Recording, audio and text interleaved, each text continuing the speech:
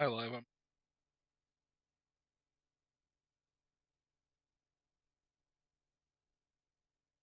Squirrels.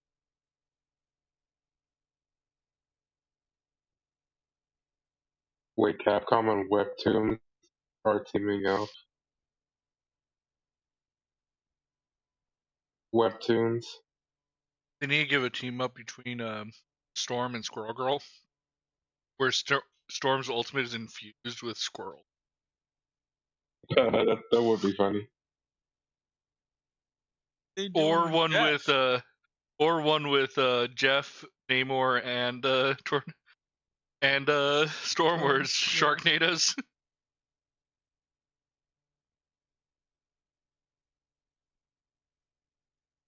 But what about Raining Man?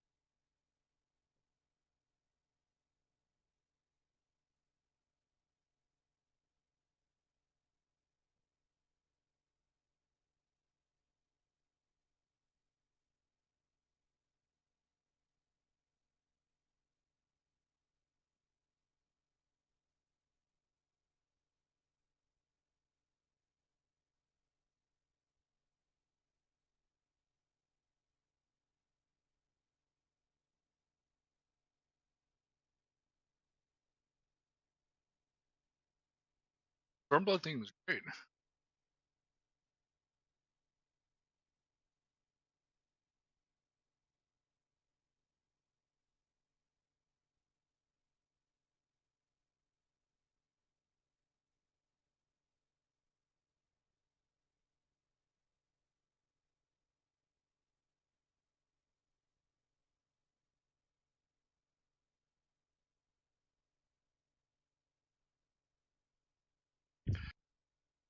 Oh.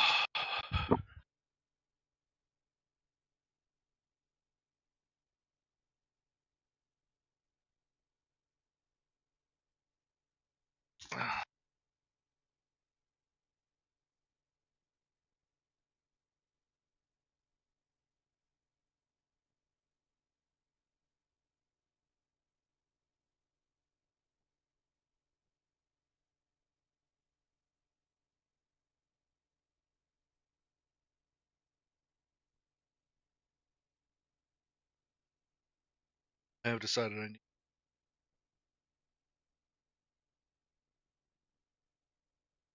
This is because I don't have enough. Well, I have too much meat for my one taco remaining. I only have one tortilla. Therefore, I'm going to prepare that other tortilla. Therefore, I'm going to prepare my last tortilla and eat it.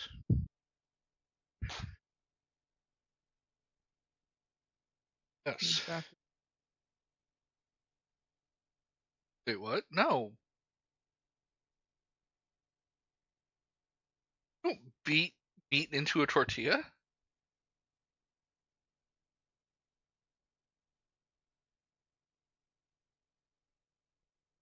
While Cat's live, more or less. And you. Did you unmute for that?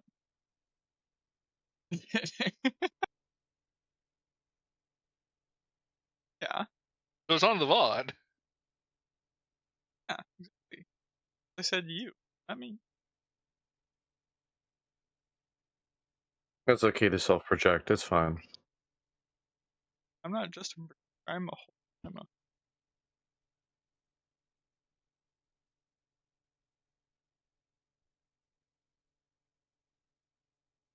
Hello, we are reasonably on time for day one. I have already gotten the tweet live chat, and I am coming in hot. So let's get this bag. Or some other, catchphrase that people use when they say that they're doing things, but they're actually just doing them for money. I'm here so I don't get fired type energy. All right. Here is today's artwork. Gonna go give that some love as well as my tweet. And where is the Twitch side of that? There it is. Deep in this LB7 sauce. That's right. All right, let's start out with JP.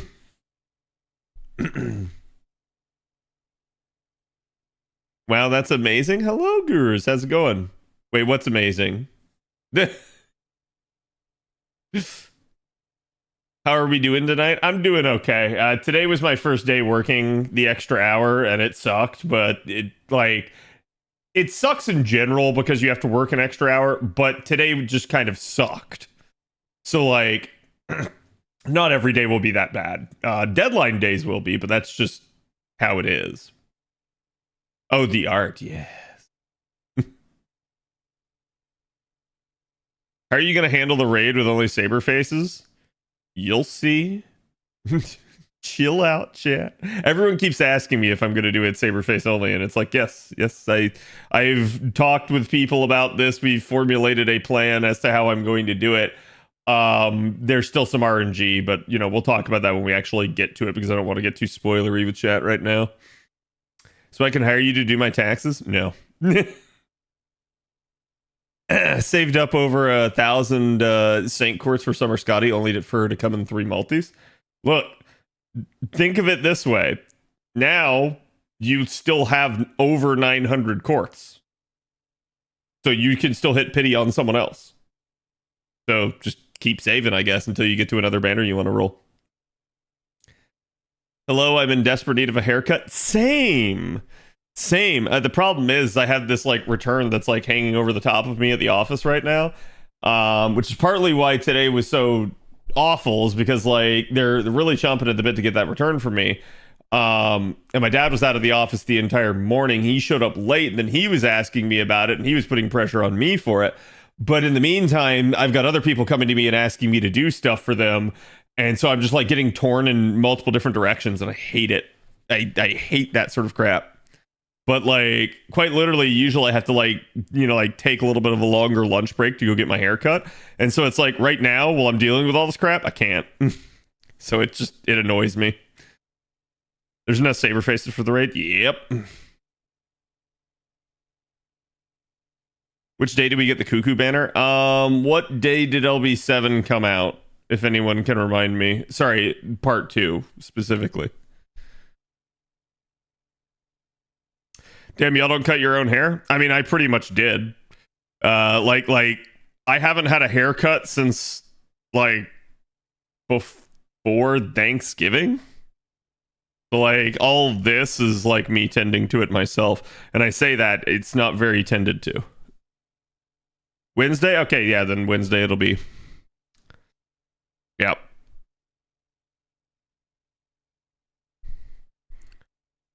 Should be reset tomorrow. Tomorrow evening. It looks good though, just too great. What, mine?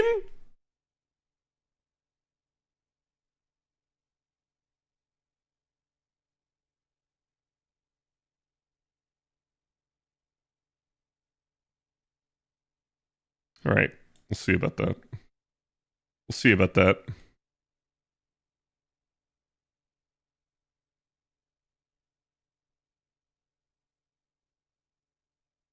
There.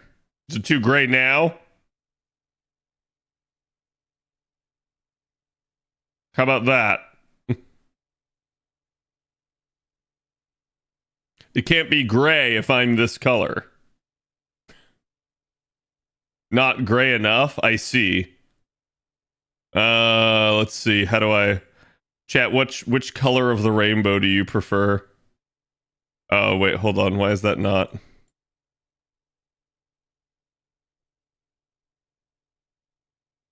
Oh, that's why. It's like specifically a color select. We can do that. We can do that.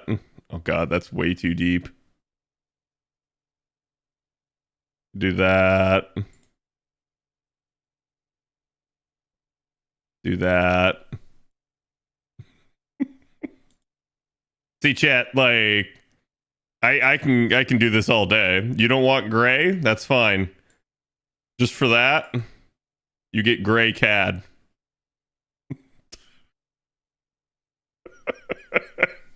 You want to make fun of my graying hair? Here you go. You get grayscale CAD. How about that?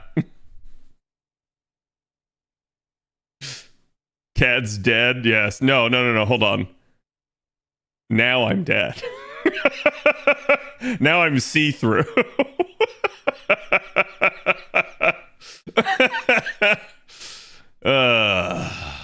Yeah, let's not do that.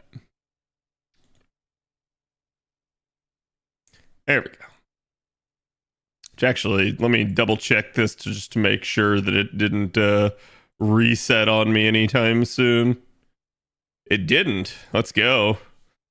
I actually got the correct settings for once.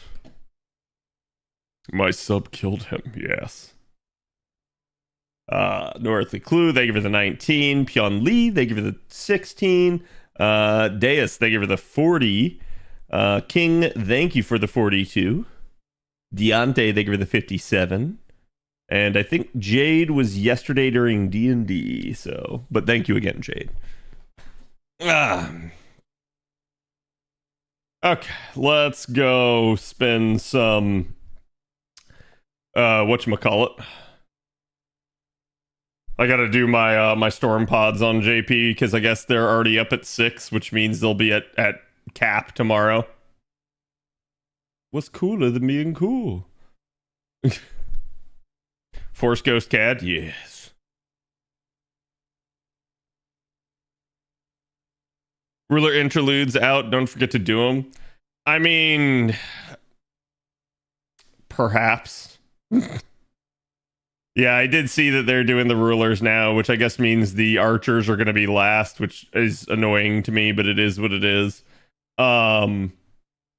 The issue that I have is that, like, again, I'm just pressed basically by virtue of the event currently ongoing. So it's like, between the storm pods and the event, they also want you to do a third thing? And I'm like, come on, guys. Like, don't do that. This is where it's like, to me, it all kind of really comes down to the calculation of how much AP you actually need to complete the event. But they need to not double stack stuff. At least not until the final week of an event.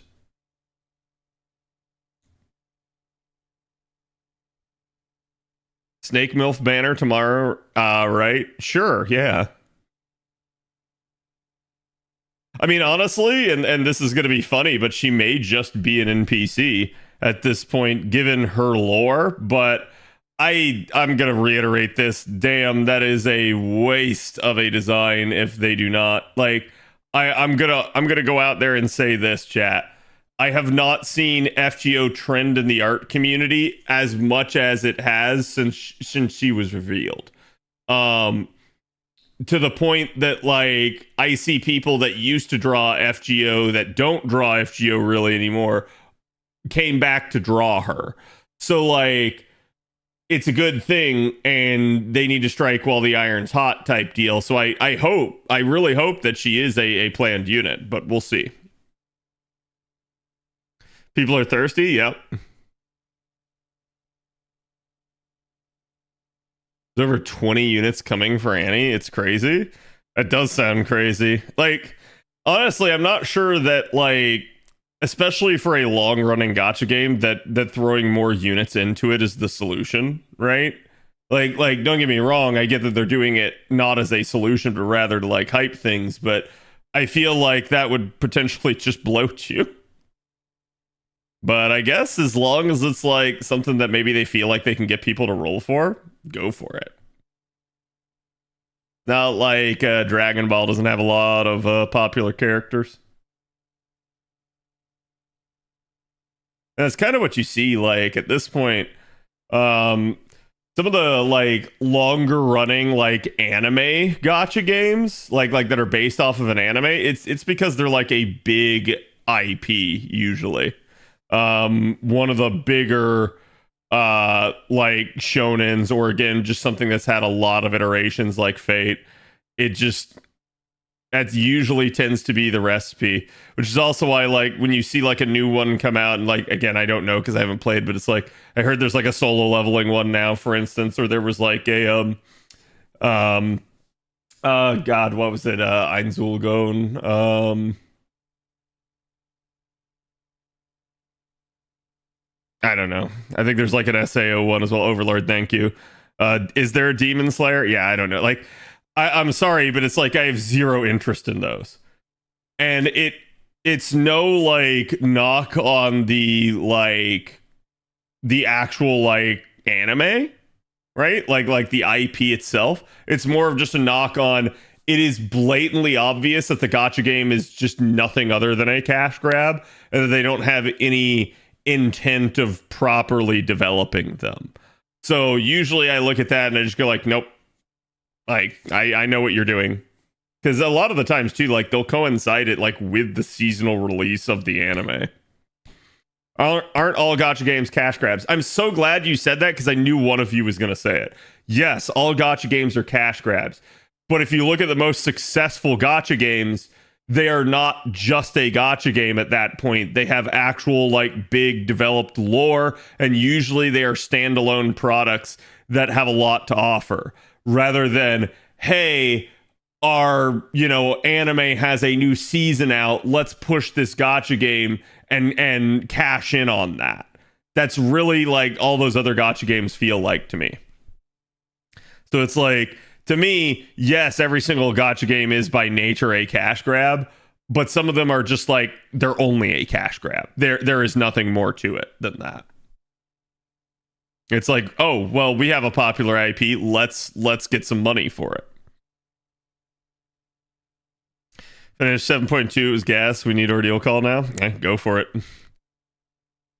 Even with cash grabs, there's levels to it. Oh, yeah. And like we've talked about, this is like live service games and in general just have that issue, right? Like, so it's a thing. Like, you just know that developers are going to do that sort of thing, and I think the only thing that you'll catch me like talking about and saying whenever these sorts of topics come up is like, yeah, I'm just relatively immune to that.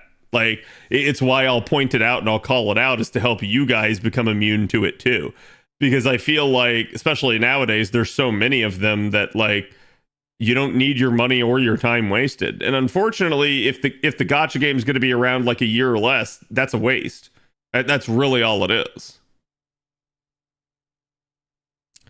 Start roughly May, probably April for us. But yeah, it's like, I don't know. I understand people are fans of the series. I basically want to protect people if at all possible. It's like, ultimately, it's everybody's choice to make themselves, but it's a good thing to bring up every now and then to make people realize it. I'm sure the SAO one shut down. Did it? I mean, like, I feel like if any of them has a chance out of the ones we listed, it was probably the SAO one. Just because SAO is like Fate. It's a big, popular anime IP. But it is what it is. Which SAO one? All right, you already answered my question. The fact that you needed clarification as to which one tells me that that's all I needed to know. And I'm gonna say this, like, I know Dokkan has been around a long time, it's on its 10th year, but the fact that there are 2 Dragon Ball gacha games is ridiculous to me. In the same way that, like, at one point there was 2 Final Fantasy gacha games. And it's just like, no, I understand, but that's stupid. That's bullshit. Don't do that to your fandom. Like, I think that sort of thing is just scummy as fuck. Because that's all it really is just going like, wait, there's more money here. Let's go after it.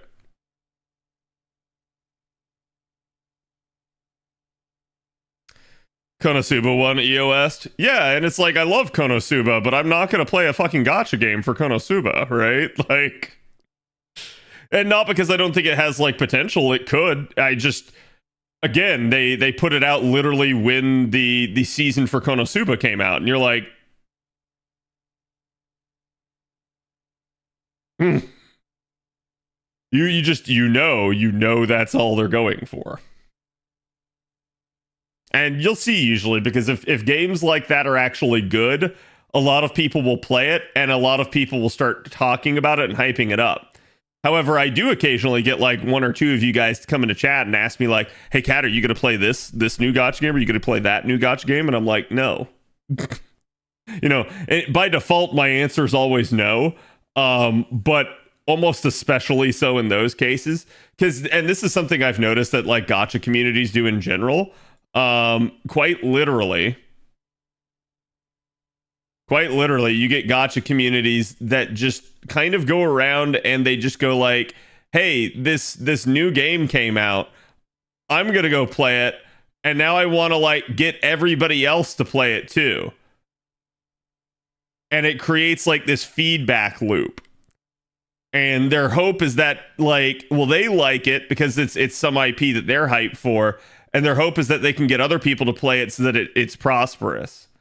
And while I understand that, no thanks. Like I don't need it. I don't need another gacha game in my life type deal. I think, you know, and this is a person to person thing, because again, we've talked about this. There's really like 2 types of gamers, okay? There are, how do I phrase this? It's kind of like the haves versus the have-nots.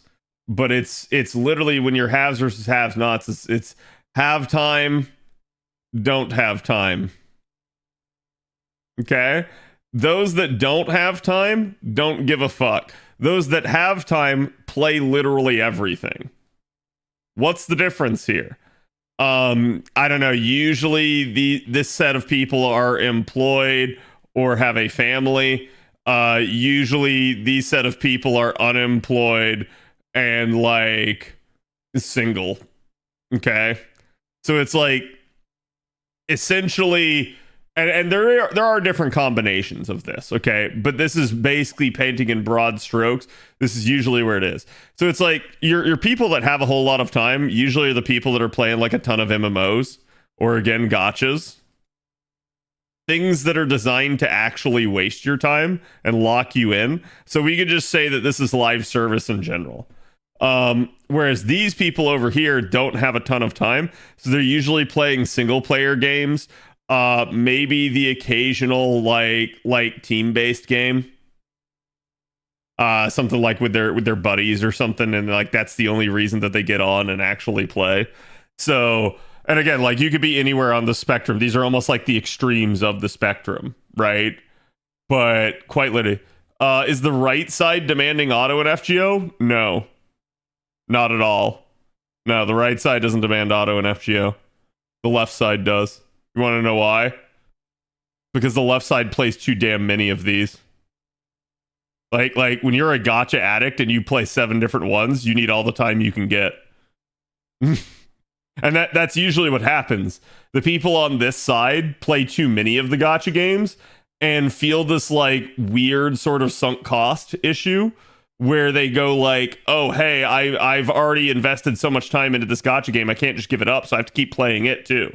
On top of this new one that I'm now playing, and this next new one that I'm now playing, and this next new one that I'm now playing. Eventually they do drop them, because there is a like physical limit, or they just juggle them around and they don't play them consistently. But I've noticed that. But yeah, like so again, if you're somebody in the have time category, you love it. You basically want your time wasted. The more things there are to do in a game, the better. If you're somebody on the does not have time category, you usually are the reverse. You don't want your time wasted, and you want more streamlined video game like approaches, things that you can like manage and get done, or at least just, you know, fixate on and make incremental progression. So that's where like single player with saves and stuff comes in.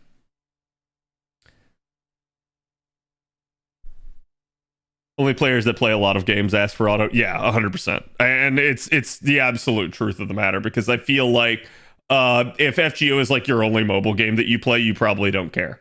Like, for instance, chat, I make this look like it takes forever, but this is also me like talking to you and drawing on the screen and doing other stuff. This, like, when I'm doing this stuff off screen, I usually get done pretty fast. I will say this, and I really do mean this. Compared to like NA, for instance, JP is actually way worse now, and NA is headed for it. JP has gotten pretty time wasty. It has gotten to the point where like you seemingly have like perpetual half cost stuff, and so like, oh bro, just spend your 40 AP 3 times is not as common. It's still a thing, but it's not like happening all the time. So it is a weird sort of like issue that I've noticed over time, where FGO seems like it's trying to convert a little bit more into taking up more of your time, and I don't think that's a good approach for FGO. I think FGO has always lived in the, hey, this is actually really manageable to play like on the bus on your way to work, or like on the train, like the subway on your ride home or something. Like, that's literally what it feels like they're actually going for, and that group, because that's a very like prevalent group in Japan. There's a lot of money there. There's a lot of people that don't have time to play, and FGO was originally designed around those people as, again, a play as you have the time type of game, as the devs themselves have said. So again, like, giving you way too much to do is usually a problem. Like, and I've said this before, because every time this always comes up with FGO, everybody always points to the lotto events, of which, chat, I'm going to go ahead and point to this. You got 1 lotto event last year on JP. At worst, you normally get 2. Okay? 2 a year. So for 4 weeks of the 52-week year, you sometimes have to grind a lot, right? The other literally 48 weeks, you can just do fuck all, and it usually doesn't matter. So to me, I think people make a mountain out of a molehill in that regard. Peepo, thank you for the follow.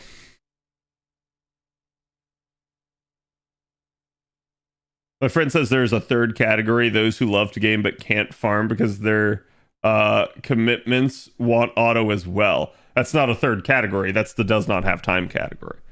But yes, here's the thing. And let me ask you this, JC.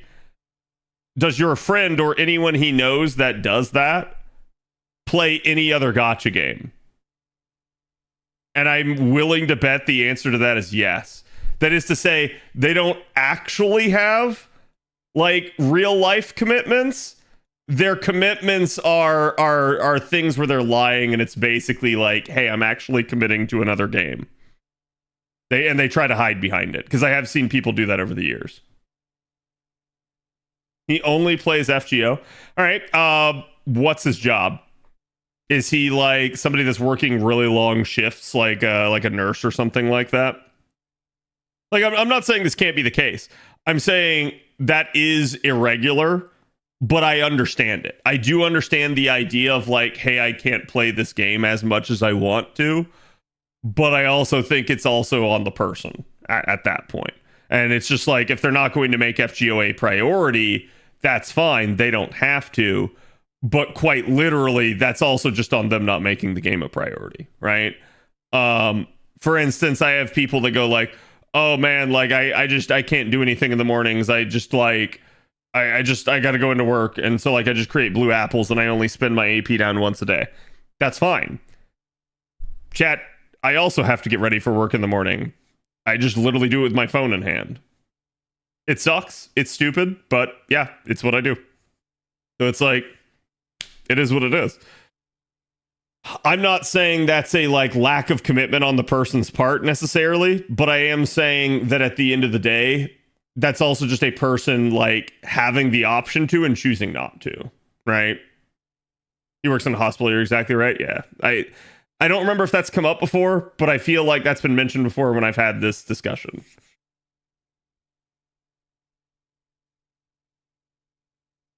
Most stuff in FGO has no rush. Exactly. Yeah, it's like there really is no big deal.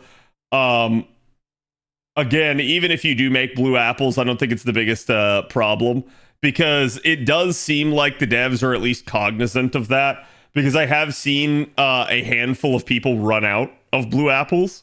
That is to say, they've run out of the seedlings to make them. It's very rare, but it can happen if that's all you're doing. And again, I think the devs are cognizant of it and they're trying not to let you hit it. So it is what it is. That is crazy. Yeah, it's pretty nigh impossible, because in a weird way, you have to be committed enough to make blue apples, but also lazy enough not to like spend your AP. Okay, so if you're not spending your AP but making blue apples, but you're still logging in every day, it's like, damn, there's a point at which like, why are you still logging in every day if you're just not going to play? But it is a thing. You know, like people can theoretically do it, right?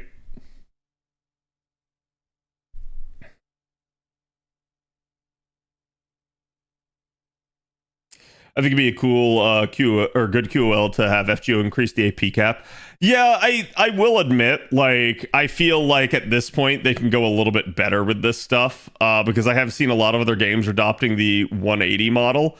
And what I have seen, at least with 180, is that this is usually not enough. Like your AP will still overflow in a given day. But this is like a little bit more lenient as to like working people. And I think that's better, where it's like, oh, you can play before work and after work, and your AP will not cap out in the interim.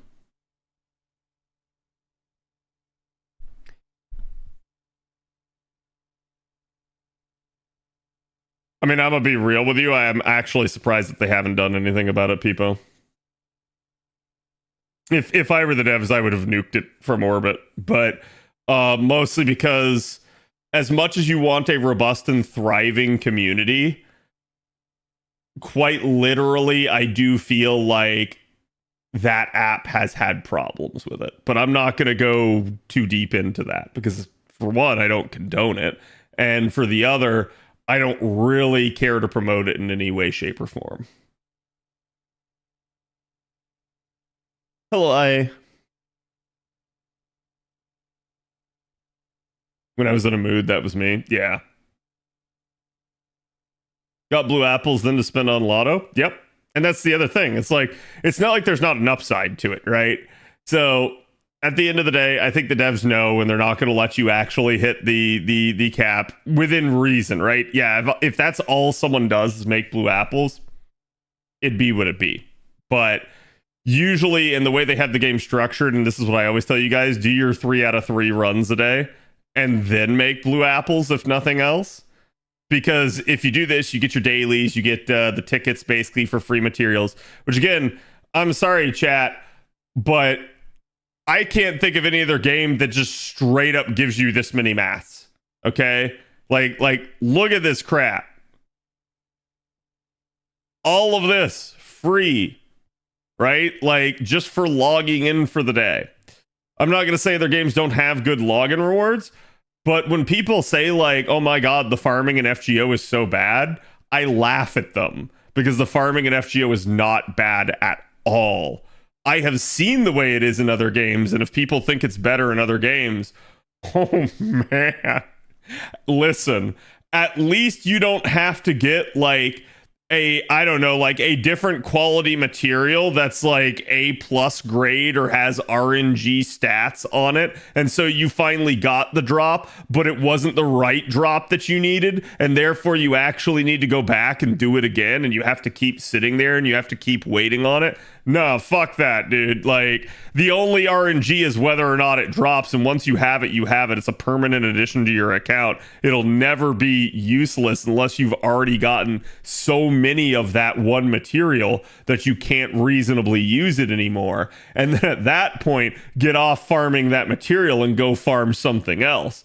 So it's like the farming in this game is the end game, as it is in every gacha game.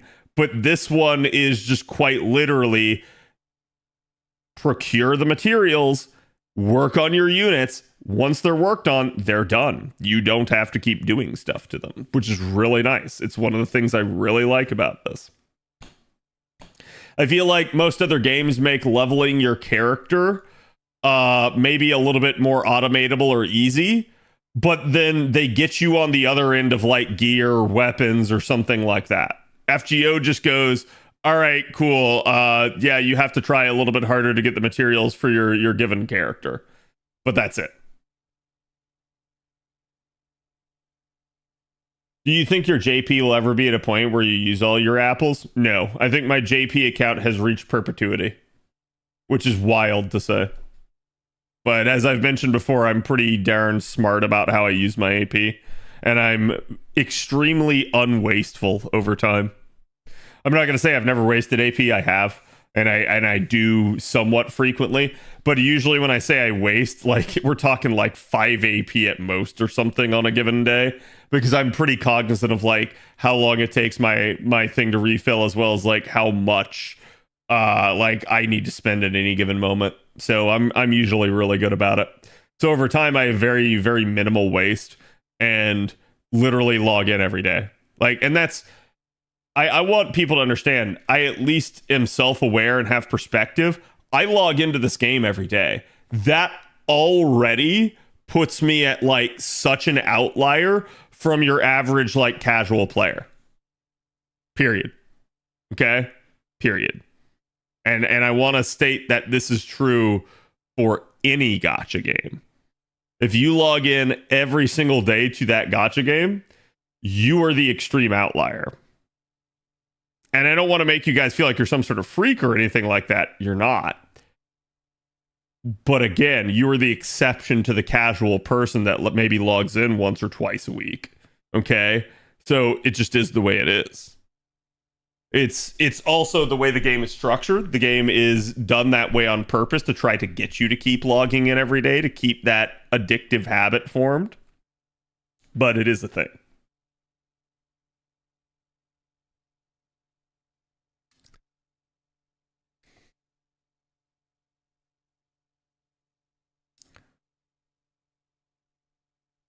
FGO doesn't take much to get your mats. Either you grind or to use events, tickets, mats, you're good to go. Yeah, like, I think quite literally the hardest time getting materials is as you're first leveling up at the beginning of your account.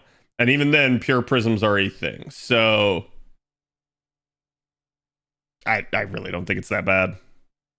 This is interesting. I actually didn't get to do anything in the event because all the AP got spent. But quite literally, chat, you can see where I'm at here. I do have to reach 25 or 250,000. I did make 2 blue apples on my JP account in the middle of this event because I was going to bed at like 4:30 in the morning over the weekend, and I was like, hey, I gotta spend my AP now. And I was just like, no, fuck it. So that means I can literally spend 80 AP worth, and that will be enough to absolutely put me over that. So the island looks like a turd.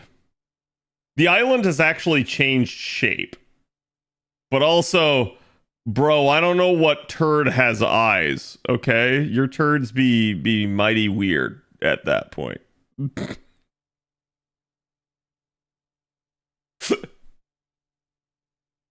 Shows the thick Dargon I see. Yeah, I have the chonker. So I have let's see. I have Buster, Guts, Attack Up, and Stun. So I have B-Gas. But those are the ones that I've chosen so far.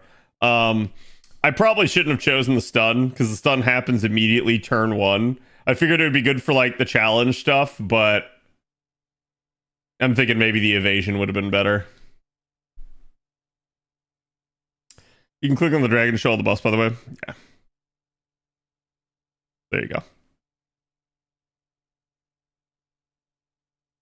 Your turds don't have eyes, Cad. Are you okay? See a doctor, bud?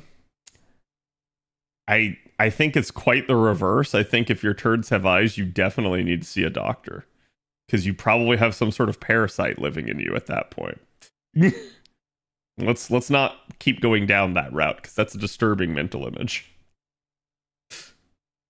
I went with quick debuff immunity. Defense down stun, yeah. Yeah, like the stun was like, man, I can see this being really potentially useful.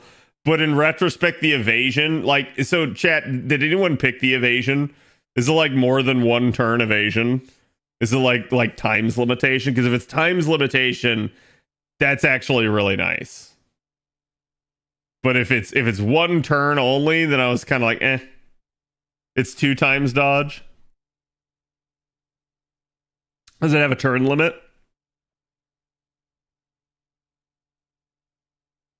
Oh, but it shows that, but didn't have the points. I literally went back to make sure I had the quick points for it. Quick has been really hard for me to get because I realized that the last couple nodes here were like what was it, like I think it was like berserkers and assassins were our last 2 nodes, and they were rough to try to quick loop against. This one is like, sorry, where is it? Yeah, it's Riders. I guess in theory I could quick loop this, but I don't have any of my quick assassins like really with their append or anything like that. So it's probably not too good for me to do it. Speaking of which, let's buy the other DEs there. Oh, actually, hold on. What was locked here? It looks like we are going to have a bunch of crystallized lores and gold foes coming out. But yeah, like for instance, chat, this is my JP account. I've been playing my JP account for years. The first couple of years was basically like a free-to-play account. I think it did like GSSR only. And then like these last like 2 years or so, I've been spending on it a little bit more. But like, I mean, again, it's not like I lack for materials. Like that is a new material, so I'm not too worried about it. But like, quite literally, like my account has all of its units leveled up. It has every unit foed. It has a plethora of most materials, at least enough that would like tide it over the next like 3 to 4 units worth of using. And then I think like the only thing is really actually somewhat low on are certain statues, and that's it. Also, the evade one has charge per turn. Oh, that's nice then. I should have picked that.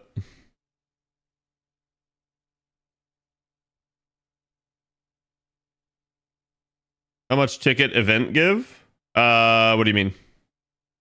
Like how much is the daily login tickets, or like something for the event in terms of like the currency? Total tickets from the event? I'm confused. What does that mean?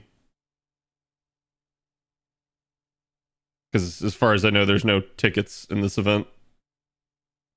Mission event rewards? These are ladders. So we just have a triple point ladder, kind of like Summer 3, if you guys were around for that. However, the point ladders are based entirely off of the synergy of what NP card type your unit is. So if you have Buster units, you're going to level Buster points. If you have Arts units, you're going to level Arts points. And if you have Quick units, you're going to level Quick points. Somebody told me, and I think this is still true, that if you go 2-2-2, it is enough to level all 3 and keep up with the goals. That's somewhat difficult, though, because you need, at that point, some sort of like either multiple damage dealer setup or literally like a mix up of supports where it's like, oh, like for instance, like Oberon has a Buster NP but can buff anyone. So it's like, oh, you can put him in with like 2 quick units and then put another Buster unit next to him and then like 2 arts units, right? Like that could be a thing. But basically you need one of the supports to not be the generic same card type as everybody else.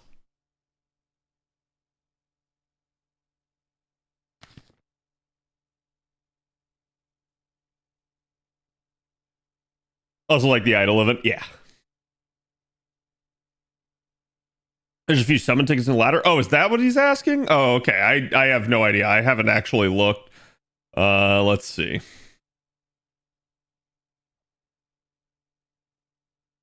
One.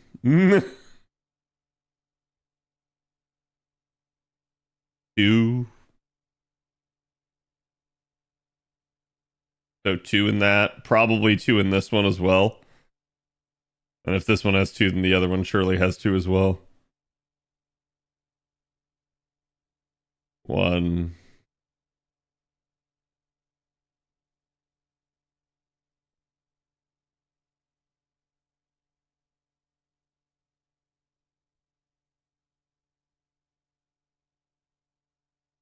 Did I miss one? Am I blind?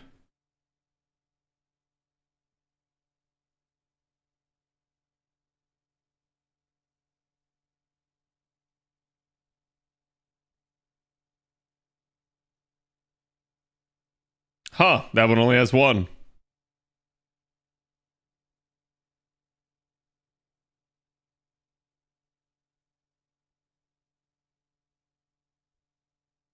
One.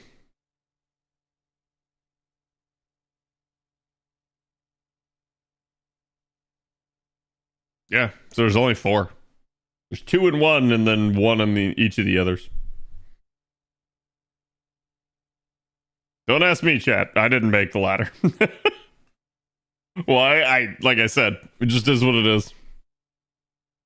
What do you think is the best event at FGO? Well, I think that depends on like the metric that you're asking. Because like, do you mean like the best overall, or do you mean like the best event to grind, the best event story, the most fun to play? Like there's any number of like things.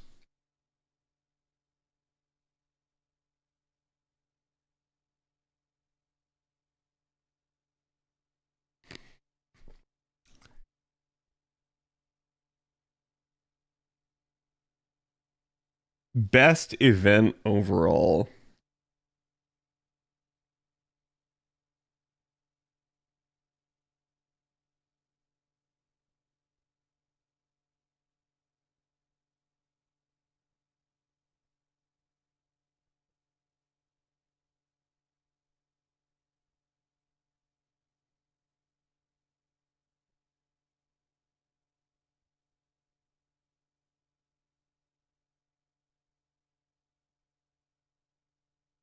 That's really tough.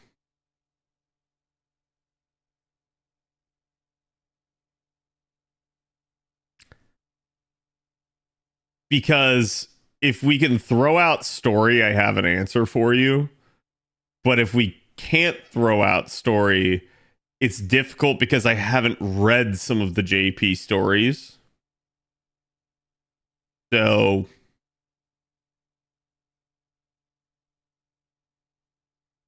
fuck it, I'm biased. Summer 4.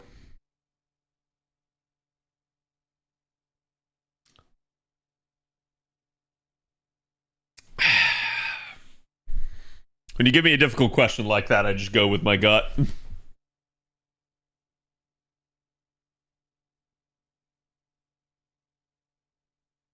What servants were released in Summer 4? I'll give you one guess.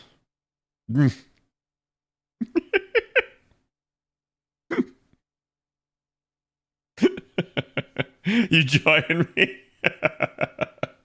Yeah, I mean, it's difficult, right? Because, like, I really like the story for Summer 4. I really like the units for Summer 4. The event itself was somewhat of an improvement because it was actually less grindy than Summer 3. But it was still actually pretty lucrative. You actually got quite a bit of QP out of that event. So all around, there was a lot of like good stuff from it. It wasn't technically the best farm event, nor was it even the best farming summer event, because Summer 6 exists for that. But if you had actually like pressed me, so I can't speak to the story of this event, but in theory, the best event is still yet to come, because the best event in my eyes in terms of general gameplay quality of life and farmability is probably upcoming Nemo Moss. Because Nemo Moss is such a good freaking lotto in that regard.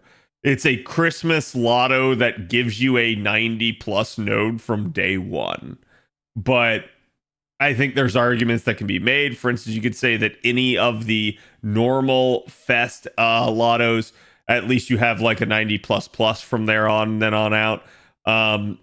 You also just have events where people like purely prefer the story regardless of any gameplay of that. That might be your Summer 3, that might be your K&K, or again, even something like CCC. So it really depends. There's any number of answers to that question.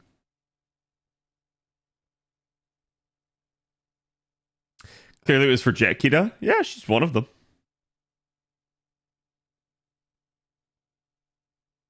Yeah, heck, even the idol event was really good.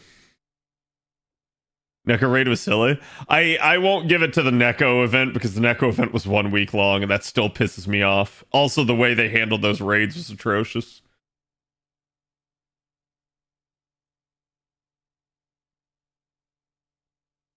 Gotta be the swim Ishtar race, of course. Yeah, like I said, like everyone's gonna be biased, right?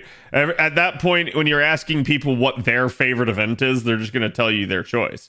If you're asking someone what the best event is, somebody might give you an unbiased answer, but when you leave it as vague as the best overall, you're just gonna get the biased answer. If you ask me like what's the best farming event ever, that has its own set of deliberations that have to be made, but you can probably come to a consensus. But if you ask the best event overall, you're going to get 200 different answers.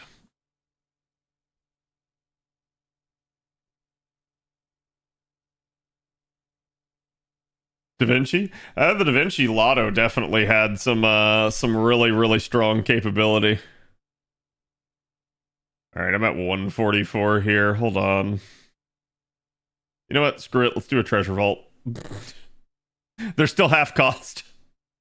I'm actually doing really good on my QP now. I'm probably clear to level everybody up to the Ilia Lotto coming up.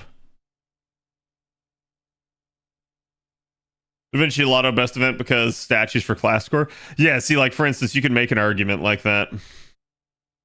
I like the twist in Summer Abbey's event. Oh, Summer 5? Yeah. Actually, I did kind of like the story in Summer 5. I did not much care for the event design, but I did like what they were going for with the story, and it was actually like a breath of fresh air in that regard.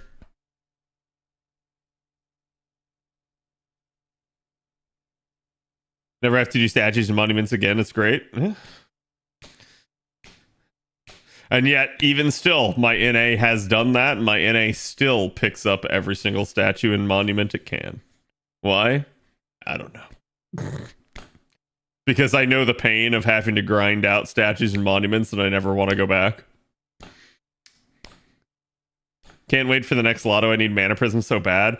It's really bad on JP. I went from slowly making progress to now I am slowly draining out of mana prisms. I don't like that. I think that's a problem that has to be addressed.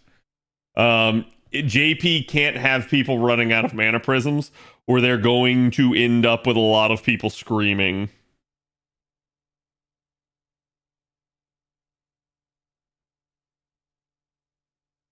Columbus still haunts our dreams, yeah. Will NA announce Cuckoo like a live stream? No. Should be a surprise, yeah. Yeah, you're just gonna get the banner. And then they'll probably, like, they might do like a Twitter announcement, but that's because, like, they've kind of been doing that where they go like, hey, here's the new banner and this is how you use the unit. But it's really funny because, like, you can go to any number of content creators and they'll tell you how to use the unit. But if you go watch like FGOs, I their version is so pointless and useless to me. I don't know why they do it. At that point, they just need to do like an animation highlight reel or something. Like that would just be better, because the fact that they actually like try to explain the use of the unit is so pitiful to me. And I actually think if they did some sort of glow up, like if they showed Surf Mo and then they had like some sort of dynamic pan in with like the sun, you know, like on her, and then they show her like NP and her surfing, and they show her like beating people. That's really all you need to do. And like there's your like 15-second trailer and you're good. And you've hyped everyone for Surf Mo. Don't go, hey, Surf Mo has arts up for 3 turns. Cool. Nobody cares. That doesn't tell us anything. Obviously, we can read. We can see that ourselves. It's like, I don't really know why they bother with those videos. It's like, if you don't have some sort of like at least show the numbers, I feel like would be a step in the right direction for that. But the fact that they can't even do that is like, nah, I don't see any point to it. Yeah, chat Wednesday. Okay. So like from right now, you are what? Let's see. Reset happens at 11 p.m. for us right now. So you are 27 hours from Cuckoo. Okay. So everybody's saying, oh, it's tomorrow. It might be depending on your time zone, but that's over a day away.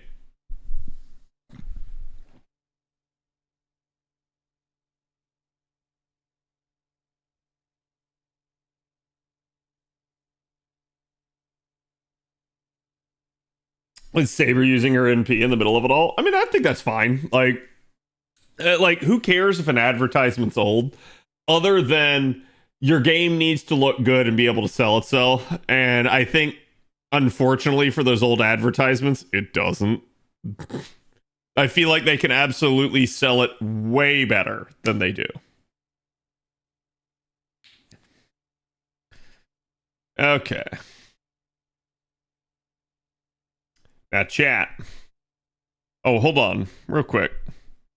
Everybody was telling me about the ruler ones. Let me go see. So Amakusa.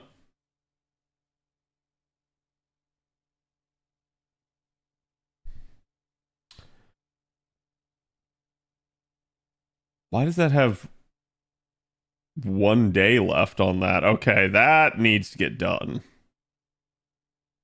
But yeah, it doesn't. It looks like there are no new strengthenings available, and literally just one interlude, and it's Amakusa's NP interlude. So that won't. That's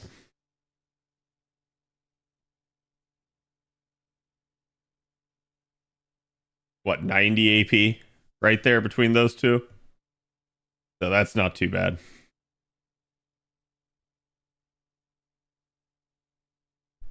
Only interludes no the rank up. Oh, that's right. Yeah, they did say that.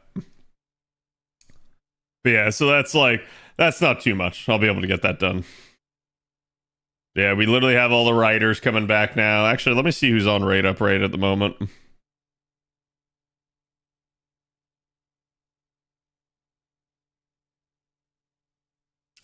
Not on your life, game. Not on your life. Amakusa with Estrella, Sherlock,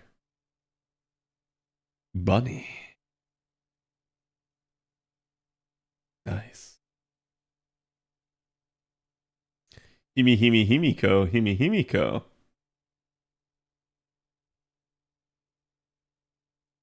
Let's see if I can steal a Karen. I didn't. Figured it was worth the shot. And then Shisho. Oh, and Gigapope. Hell yeah.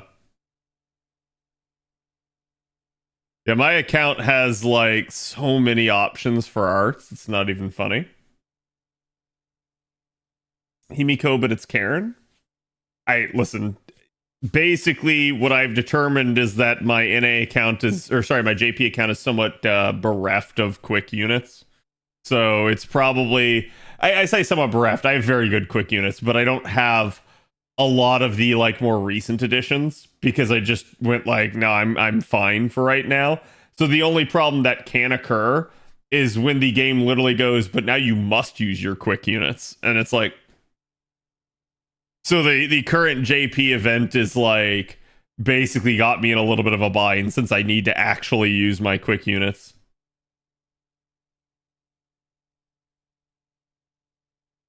Yep. All right, chat. We are going to begin 7.2 again.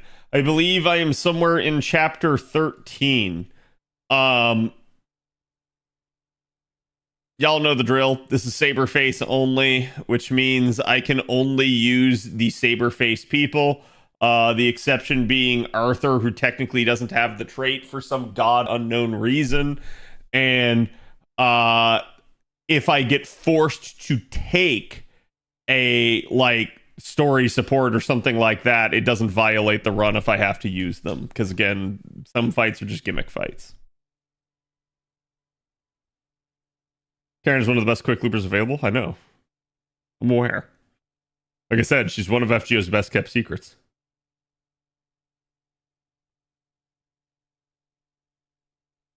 Did we decide if Takaru counts? I have another year to decide that, so.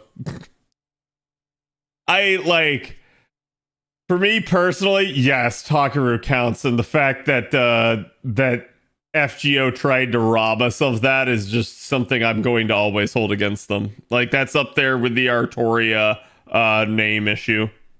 It's not quite as strong of an issue for me, but it's up there. I'd be impressed if I used it here. That's true, yeah. At that point, you'd have to consider me some sort of, like, hacker, right? Okay, let's go on in. Don't forget, chat, it may break my capture card, so it just is what it is. Okay, gonna turn that on. Gonna turn song request off. Again, please, no spoilers if you guys are already ahead of me. Mods have my permission. So it'd be what it be. May it will, yes. Oh, god damn it. Why is Takara a Saberface? I don't see it. You mean the fact that it's literally drawn with the Saberface and actually has, like, DLC in the game to give, like, her the actual hair? And then on top of that, the artist for it even said that they were honored to be drawing the next Saberface? Yeah, I don't know why. I don't know how anyone could see it.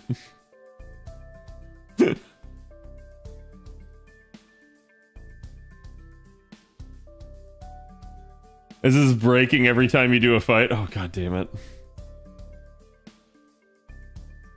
Are we finally finding the belt we lost in LB7? Yes.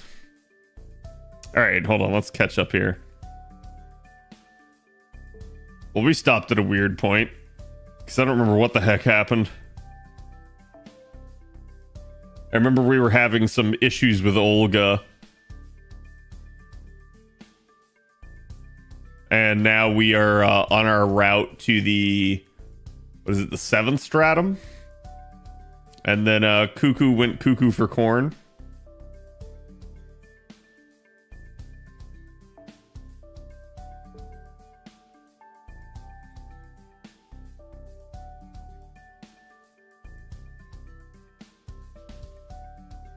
Yep, we're going to go see the archetype.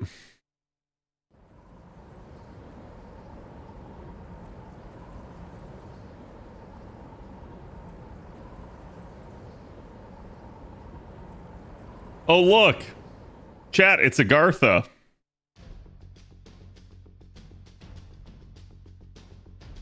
Gobsmacked.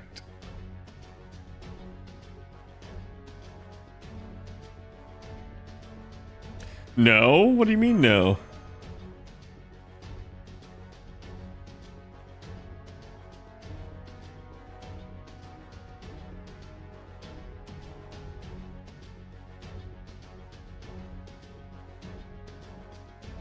170 degrees Fahrenheit, you could fry up a dinos in a few days, or dry up a dinos in a few days. Yeah, that's like hot enough that I'm pretty sure that would kill most humans.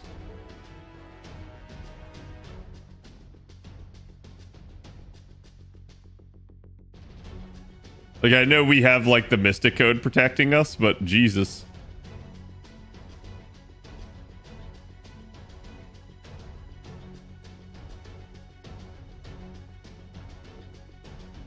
There's still the air, which is hot enough to boil water. I mean, I assume this is a turn of phrase because it's actually not hot enough to boil water.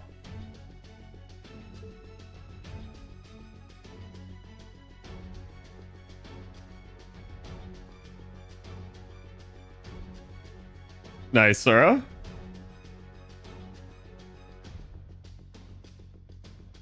Wednesday for Cuckoo banner chat.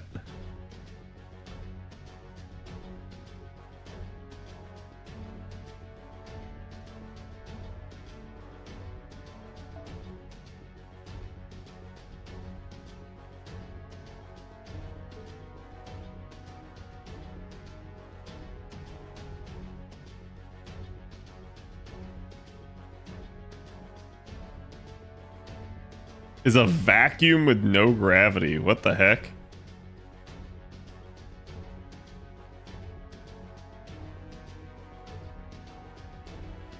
Okay, if it's a vacuum with no gravity, and that's how like these rocks are levitating, how the fuck is that staying in place?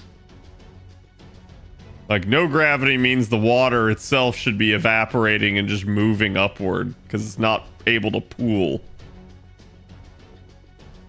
Magic? Don't you start with me, chat.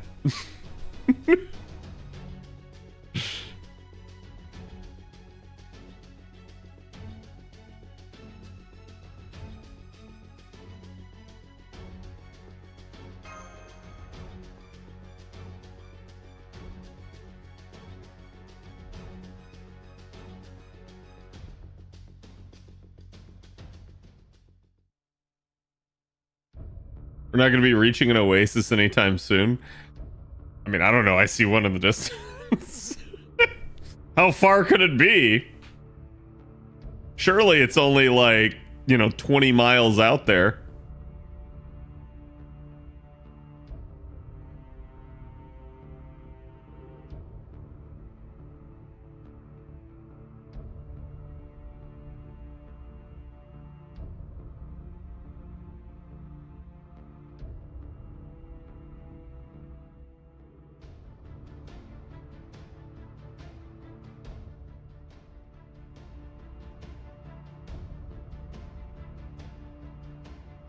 Oh, what a rude sandstorm.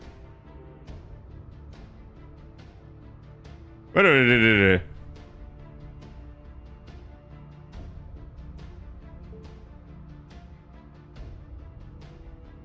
That's an interesting name.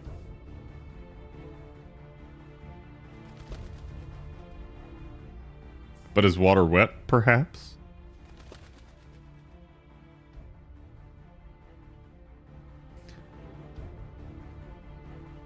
It's her owl. Oh, that I know.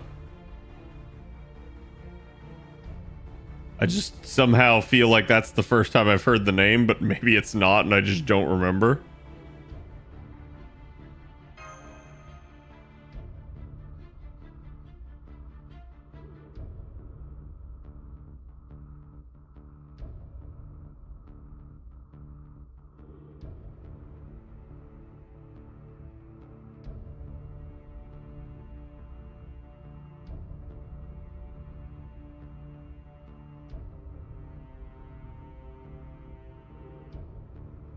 A yellow cucumber from Chichen Itza. What are you going to do with that cucumber?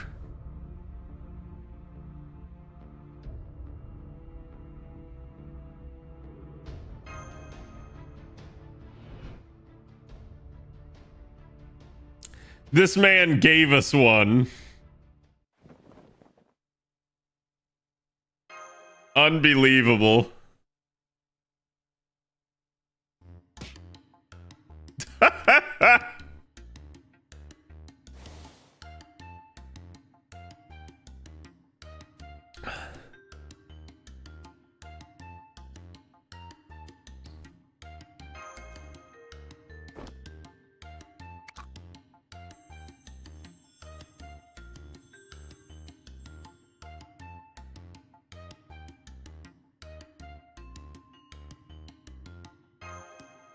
Sorry, thank you for the year. Appreciate it.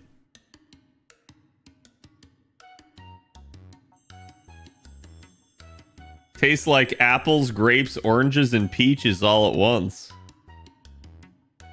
L-Dubs, thank you for the 26. Appreciate you. Thank you guys for the subs.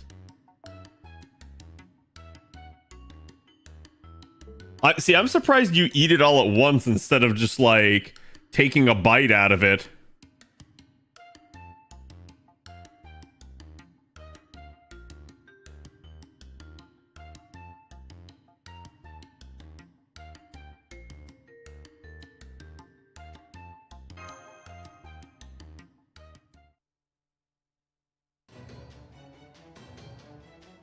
Hey, Transpace, thank you for the 33 as well.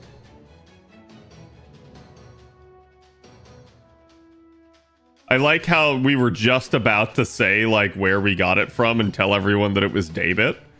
And now instead it's just... No. Instead it's suddenly Wyverns. Oh my god.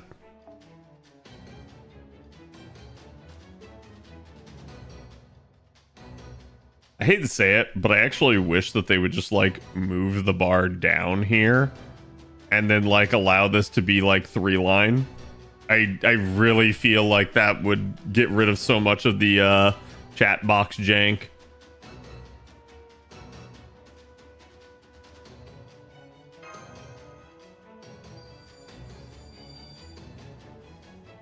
What's David's deal anyway? Is he just American? We can't talk about it yet. We'll talk about it when we get to it.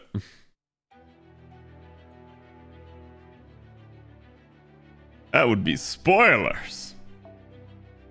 How good's the support, Nito? Ass. Okay. Behold. Death Child. Wait, no. What? CE.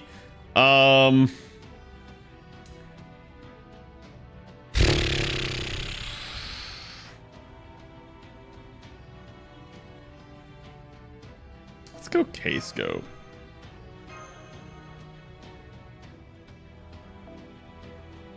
We'll try. We'll see, because I have no idea how many are gonna actually like be here. Of course it's a 3 enemy wave. So it's logically better if I just card this out. Actually, well, whatever. Should have gone with more crits. Mush mush. Damn, this is just like Camelot. Behold the sandstorm. Making my phone hot? No, okay. The Vayanator, thank you for the follow. Welcome. Does Cuckoo come out today? No, not till Wednesday. That's actually the best Sturgeon.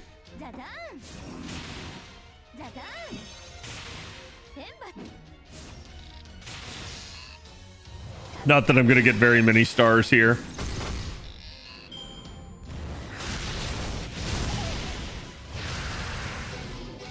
Oh, Terror. Joy of all joys.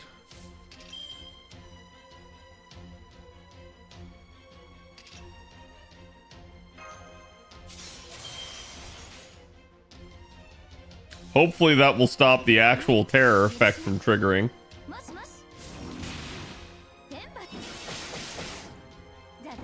Had to use all the provided servants. I didn't have Nito. Oof. Yeah, I mean, it's just one of those deals where it's like for instance, like we were talking about the Saberface thing, right? So it's like, it's not going to violate the run for me because the game literally forced me to take Nito and only Nito. But I think usually, and especially in this singularity, they kind of learn from some of the mistakes of like LB5 and LB6. And you had, I feel like, much stronger story supports. As opposed to like in LB5, for instance, where like some of your story supports are actually holding you back. 6, at least you had like Castoria, so support Nito was better than mine. Is what it is.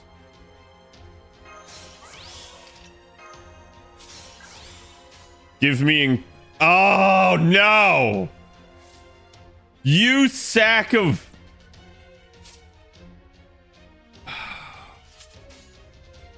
you would do that.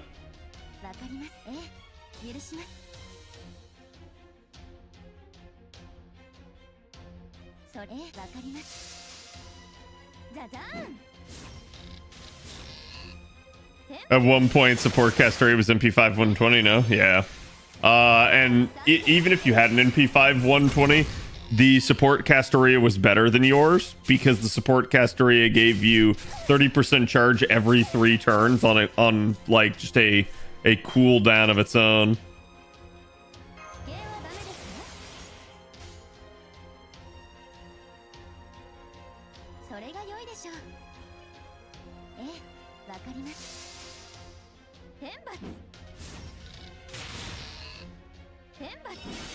Bullying Nito not fair. I mean, I'm worried because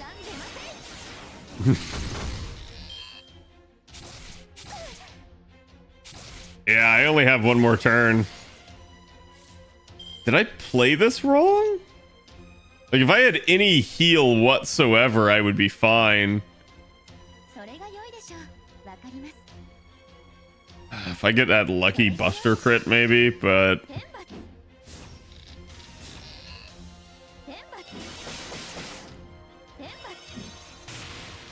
like, I basically I shouldn't have carded the opening turn.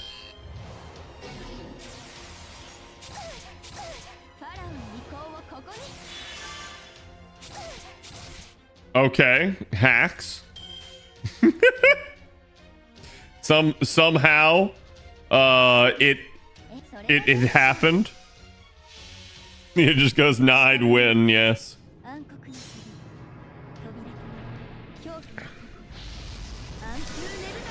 See, all of chat was typing it. But yeah, I didn't even notice. Intended mechanic, actually. Yeah, it's just if I had like actually impeded the first 2 waves, I would have taken no damage, and I theoretically could have had one more turn. One more turn. Also, if I had not used my first skill, I would have had a heal off of that. So like that probably would have combined given me one more turn.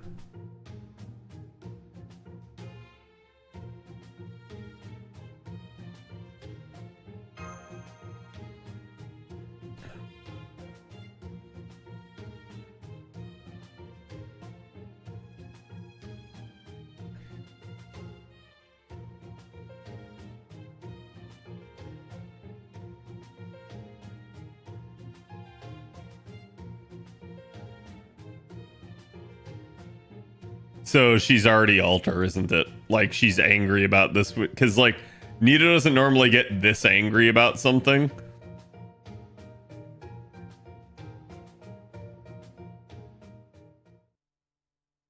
Oh, maybe.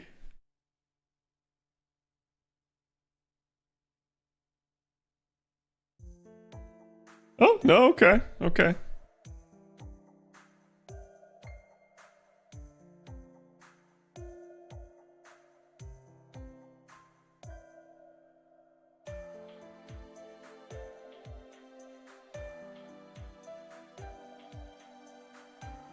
Directing your mind elsewhere.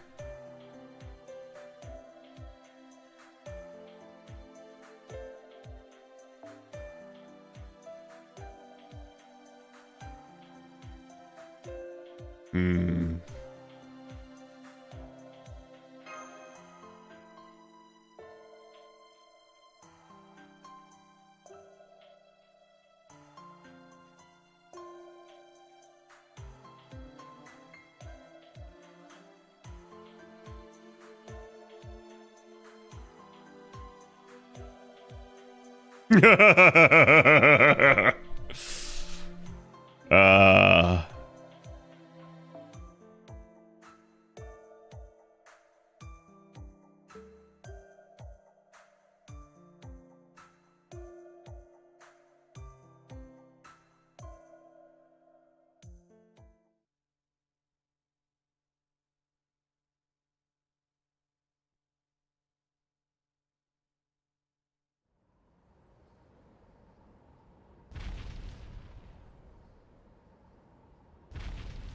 Uh-oh.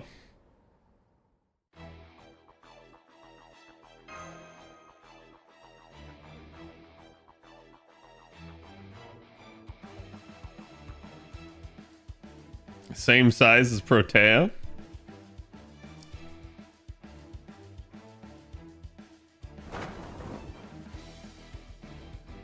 Do you ever read Story in JP? No.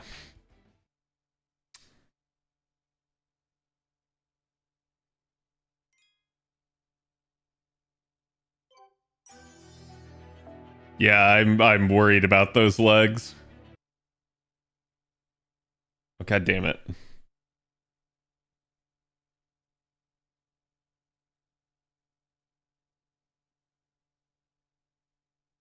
Sorry, chat. It's just LB7. Likes to break capture cards.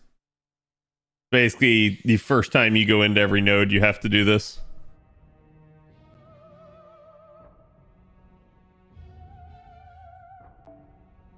Are you hiding us under cloth?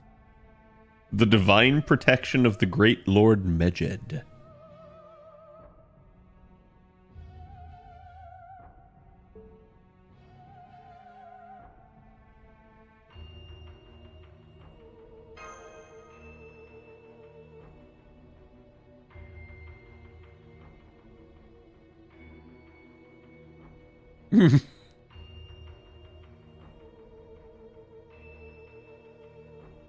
It reminds me of Bruce Wayne talking about Batman.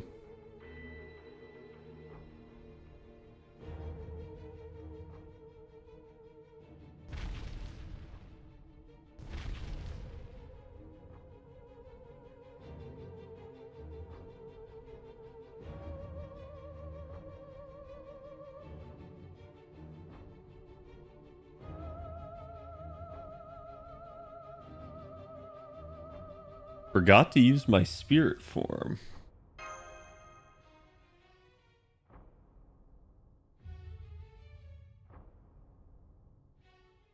In other words, she doesn't actually worried.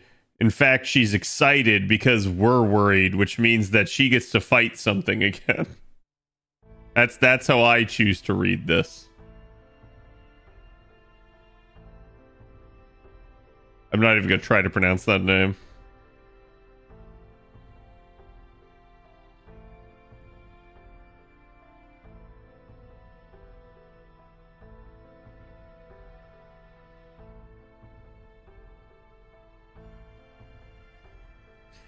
Okay. But I only see one oasis.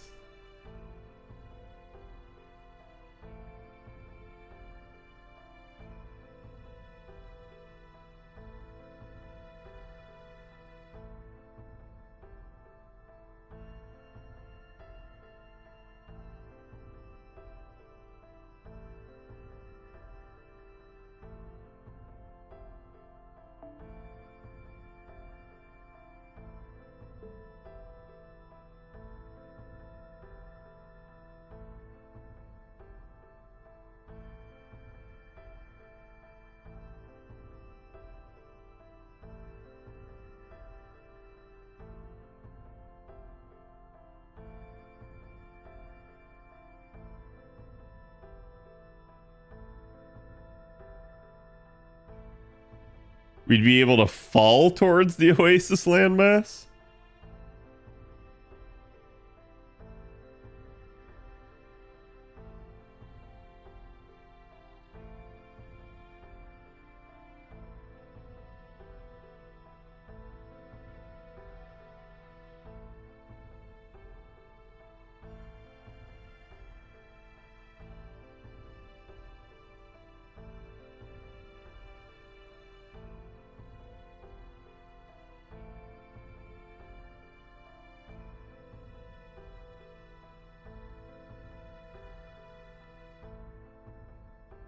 Six sextillion tons.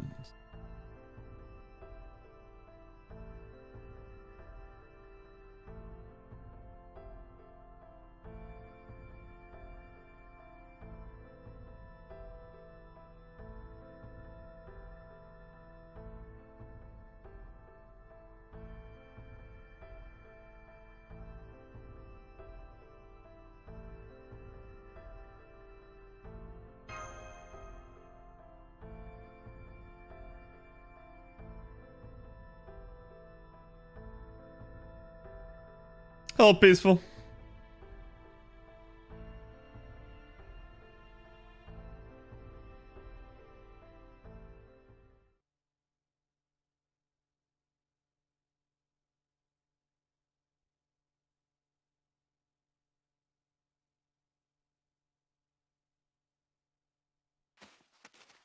Uh-oh.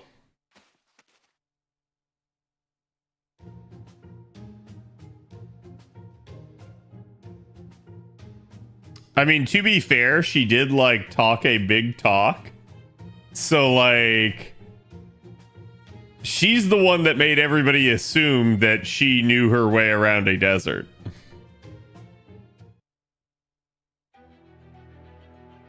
Habitat can float, like, 2 to 3 feet off of off the ground. Oh, boy. Let's see.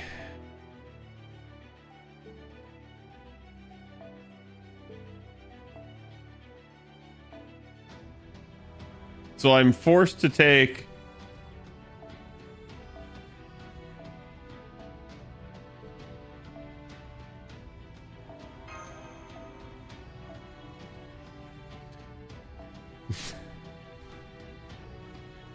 All right, I take everything good I said about LB7 and its supports back, because you are quite literally forcing me to take a choice of 1 or 2 riders against an assassin node. So you had a choice. You didn't have to make an assassin node, but you did. And do I want Da Vinci or Habitat here? Habitat's going to be easier to kind of get up and go, but Da Vinci's going to get everybody going. And then this is restricted to MASH. So I can't use what I want.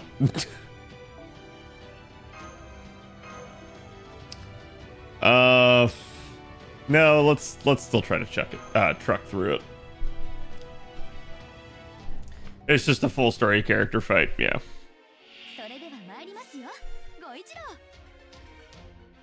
Okay, 1 out of 3.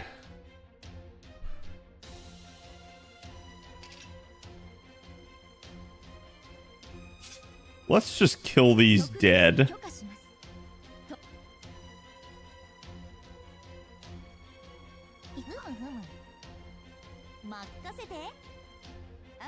We're gonna take advantage of the triple arts. Hopefully Nitocris just outright kills this.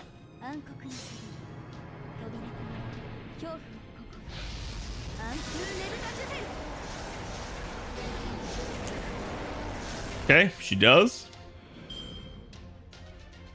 EVR is pretty darn close.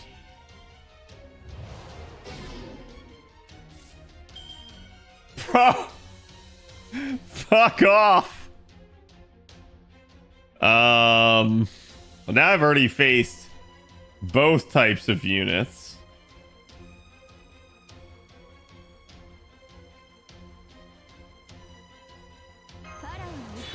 Big Snake hates CAD. It feels like that.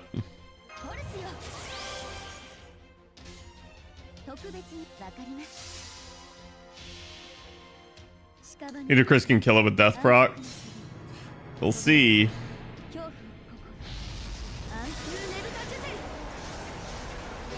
Okay, she did. Fortunately, that means Nitocris doesn't have any charge. Oh, come on! Bro!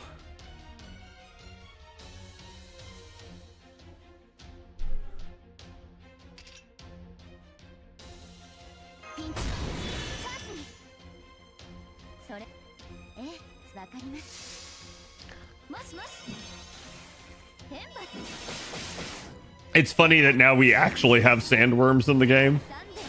So this is clearly like a placeholder.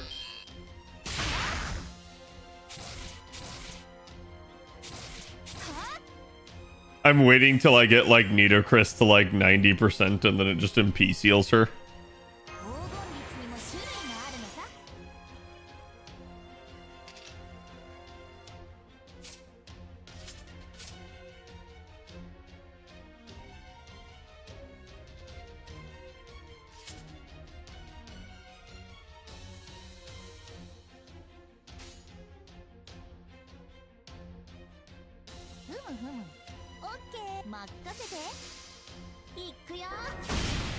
At least I'm not skill sealed.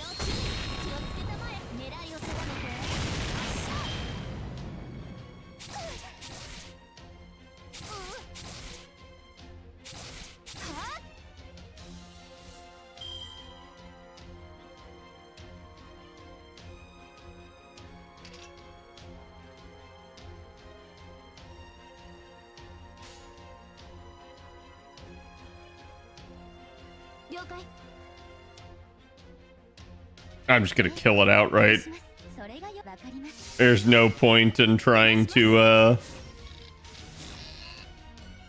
stretch this one out.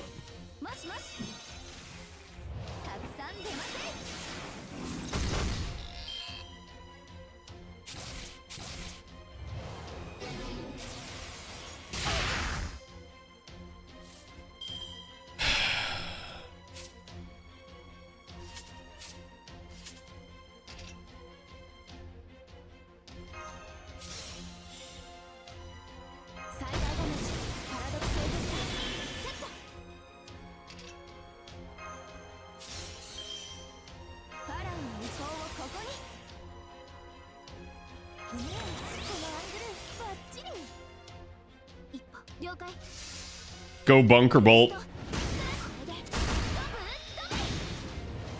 See, that could have ended things a lot faster if I had just gotten mash cards.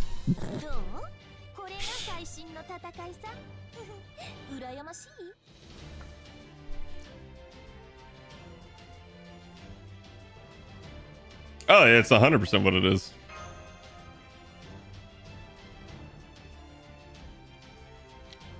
All the sandworms I've ever seen look just like this. Yes, exactly. Next, they need to add a camel spider. Oh, god damn it. Just 1 second, chat.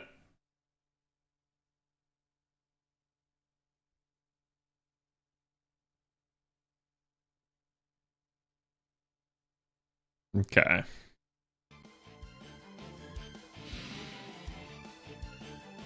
Mutacris is like fighting these things. They already showed like 1 or 2 of it.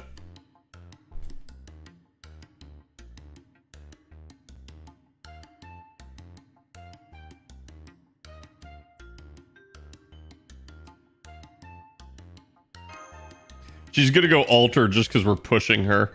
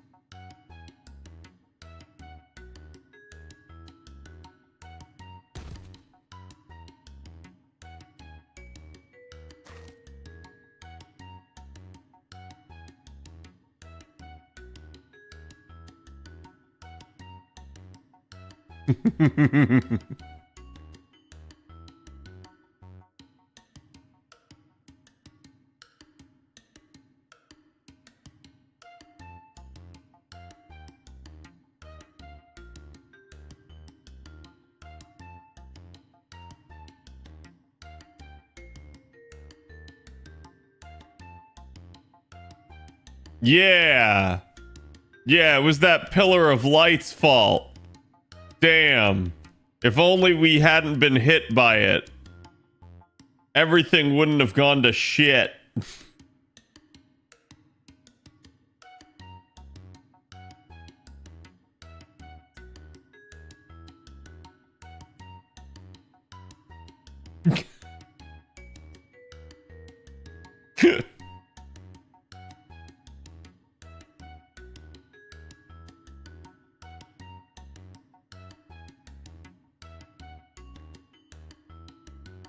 Yeah, we better be careful. That huge pillar of light may be our strongest enemy yet.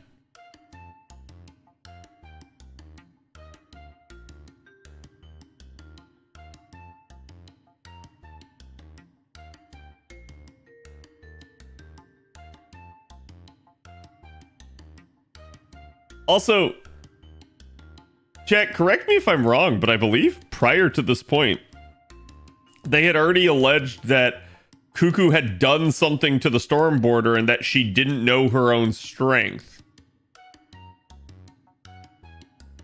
So people should have been able to put 2 and 2 together.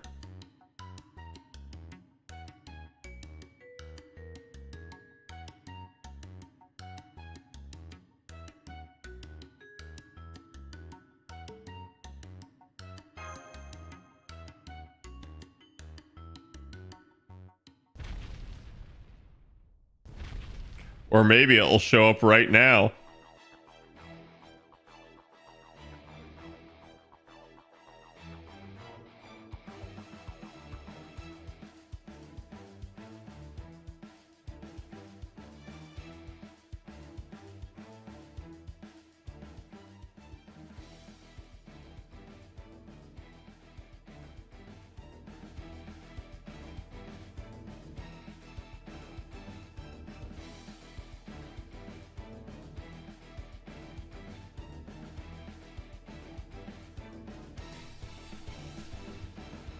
You still haven't defeated 100 sandworms?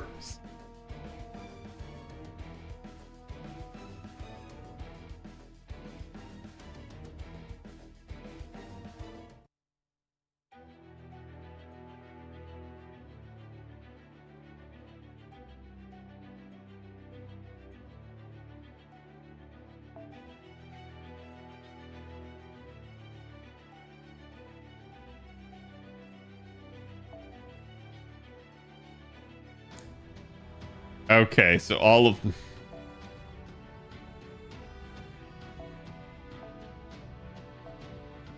Actually, how good is the support, Da Vinci? NP3 888? I think mine's only NP2. But it's 10x 10. Okay, what is this? Habitrot? Yeah, mine's better. Okay. Now, how do I want to do this? And then I can use anyone? No, it's MASH. Okay.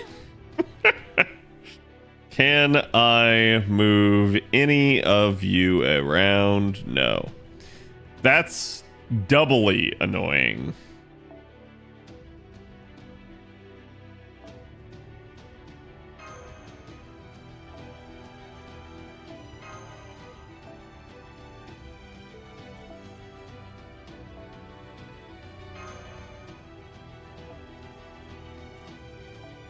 Because they put Habitrot in the back, and that actually, like, that's so bad because it basically forces you not to use Habitrot until the very end. I mean, I guess I could plug suit for her, but it makes you try to plug suit in, and I'm like, okay, but the only point to bringing her into the party would be to bring her in and have her kill herself. To rotate the party, so that's kind of a useless gesture at that point.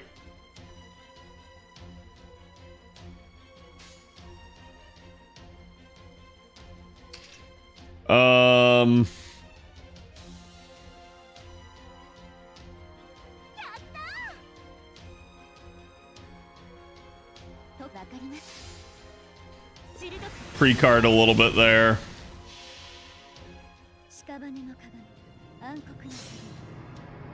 Wait, you can use the auto select servants? Yeah.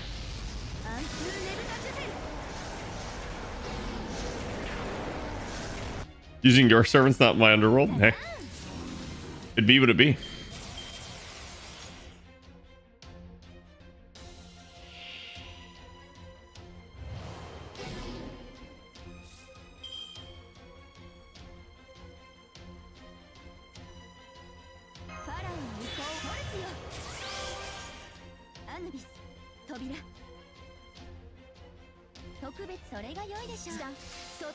No point in doing anything else.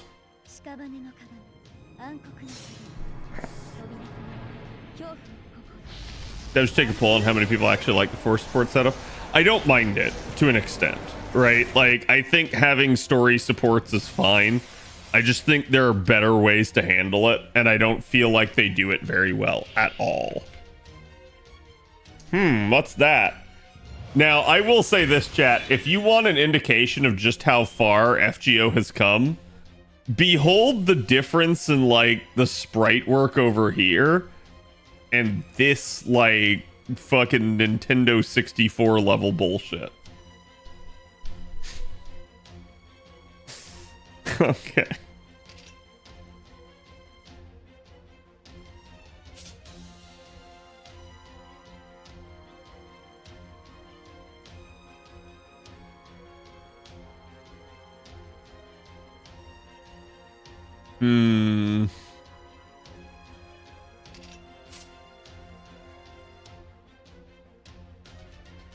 Evade to all enemies. Disgusting.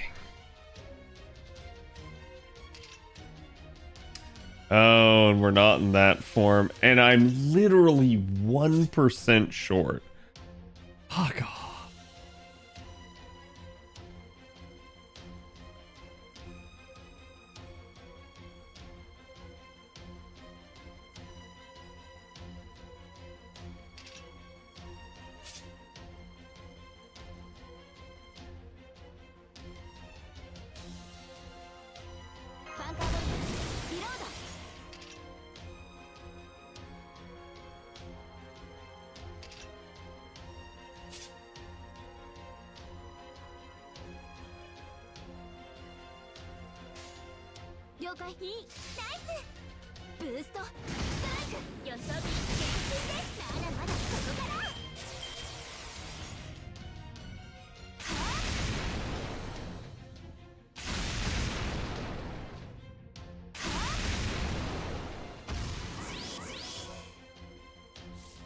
I was gonna say, wait, does he not buff strip?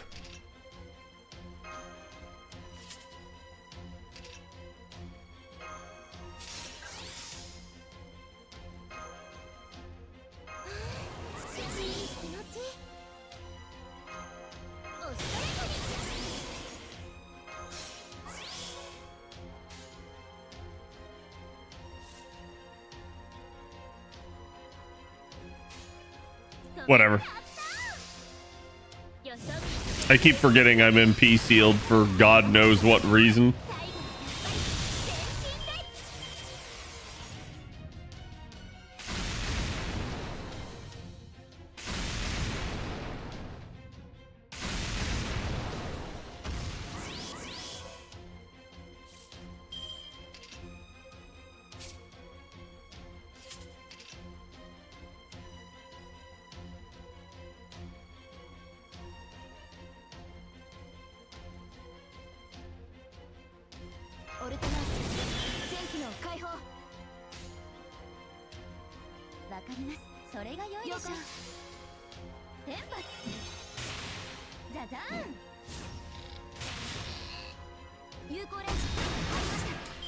Cuckoo's fun is in the cards anyways. Oh yeah, it's just one of those deals where, like, oddly enough, I ended up in like a perfect shit scenario, so I just went ahead and carded just to get away from it. Okay.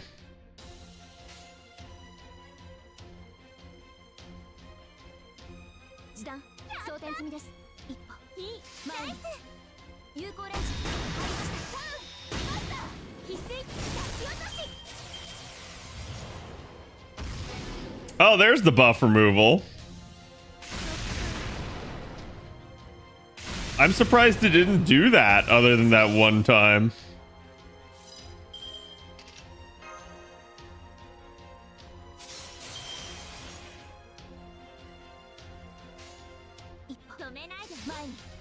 Didn't even use Cuckoo's charge.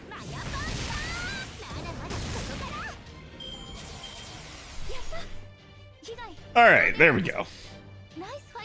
Yeah, that was not hard, just it made me have to think a little. And I guess, like, I was not prepared for that mentally.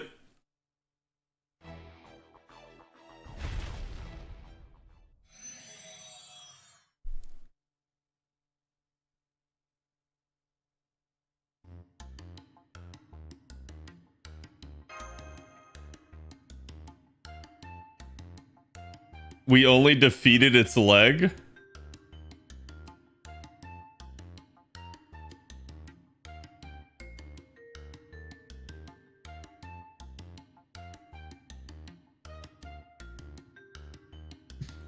Summer swimsuits. Nah, I'm sure I'm just imagining things.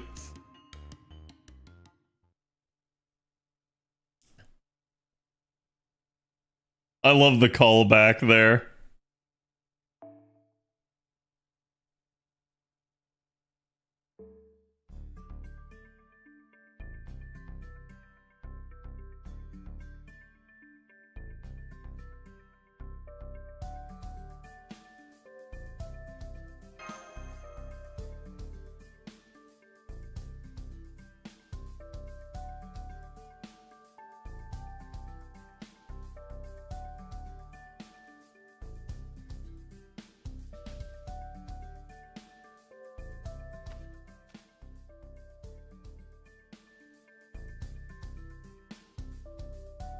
That's a human.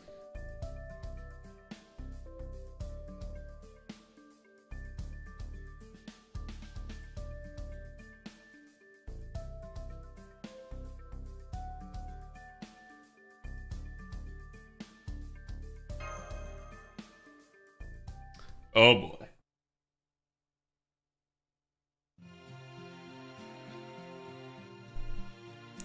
Dude, that looks like something out of Hell's Paradise. Also, let me be right back, chat. I'm gonna go grab a snack real fast.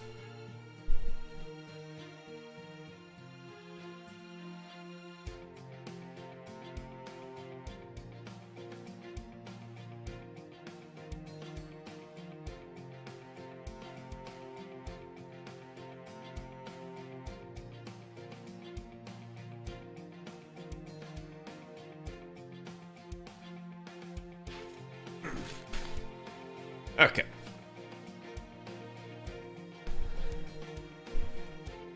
Now that he mentions that, it really does.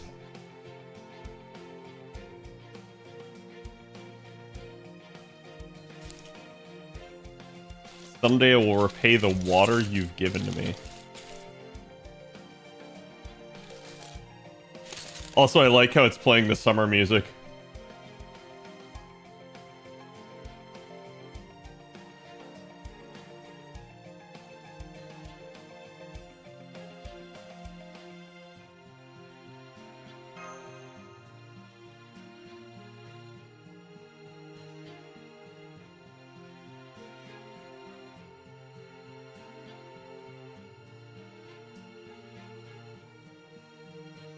Boar piglet mash.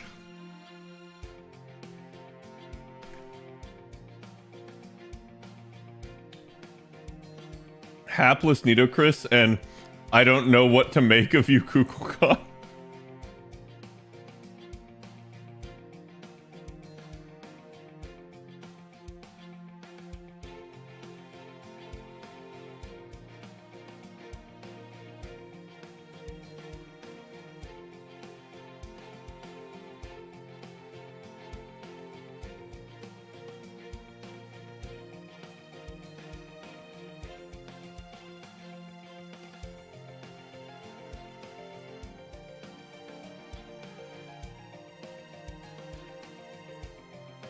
What is your name, Tezcatlipoca?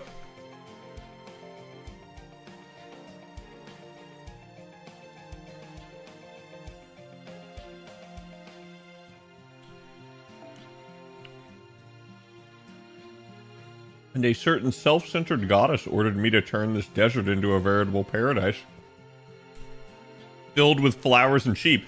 Holy shit, this is Hell's Paradise. Also, wait.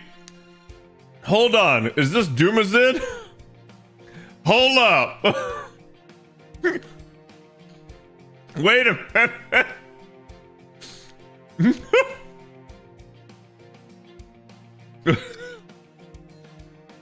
God damn it. That took me longer than it should have to put that together. That absolutely took me longer than it should have.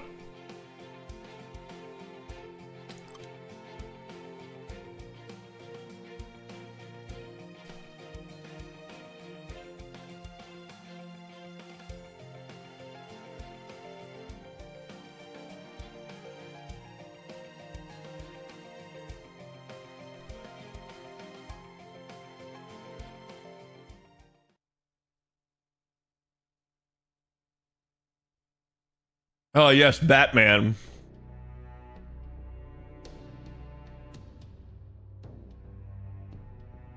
A very friendly laugh.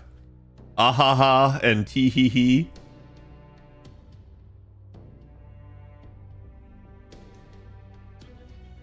To a really scary goddess.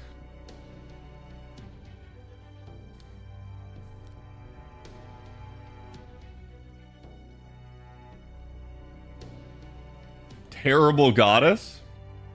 Damn. Wonder who he's talking about.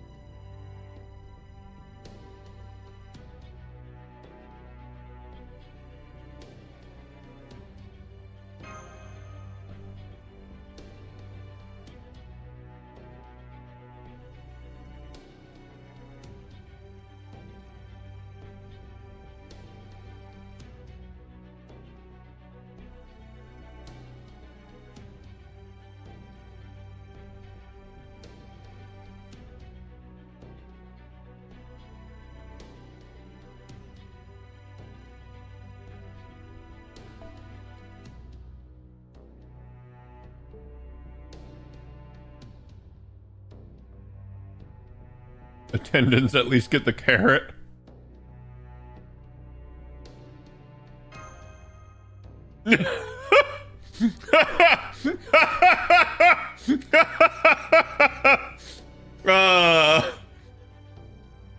Just trying to say his name, he's like, nope.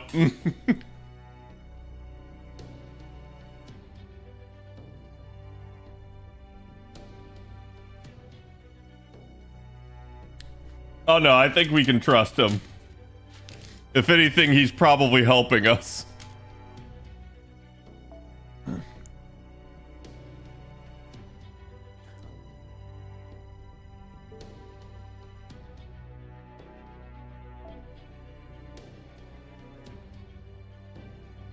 Ooh, now this is an interesting line.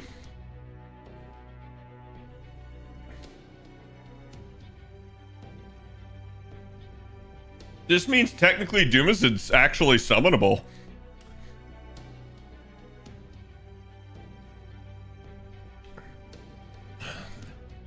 Oh, wait, what am I doing? Why am I clicking?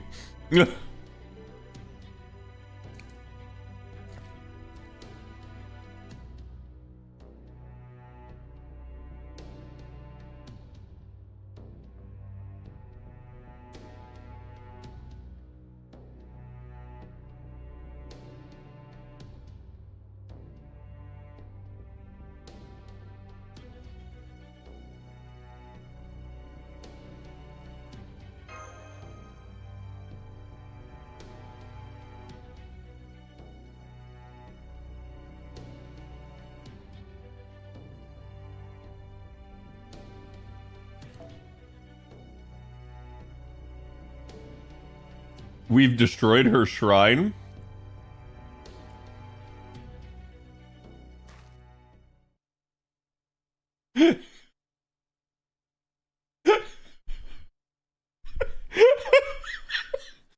The fact that in FGO, we never see anyone turn around.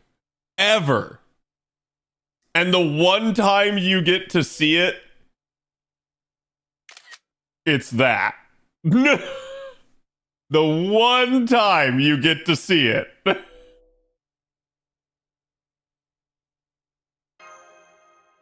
Absolute cinema.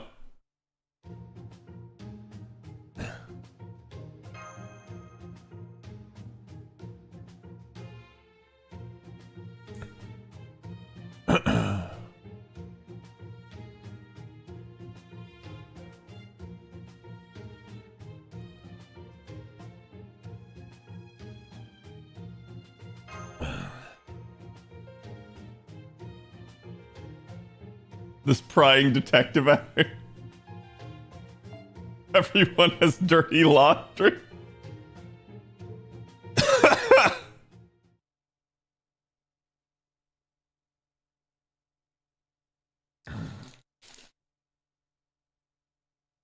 So wait, is she trying to kill him?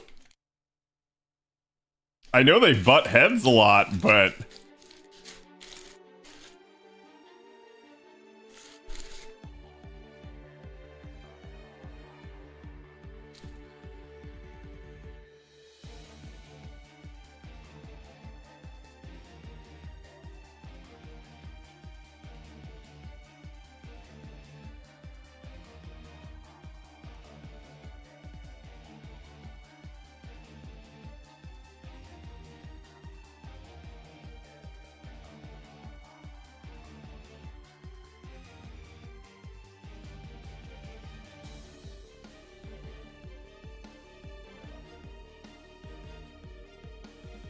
Okay. So you've renamed yourself. I guess everybody goes through a phase.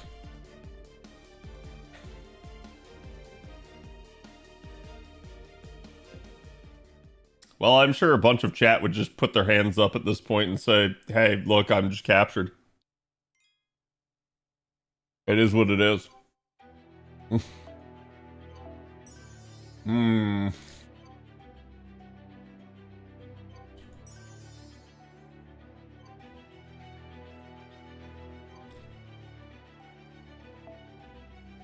I mean, I assume it's a Lancer again, but I don't actually know.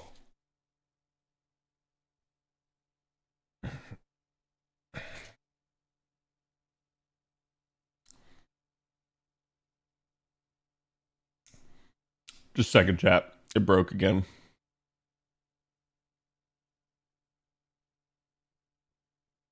It's not a phase. I didn't want to deprive chat of the thighs.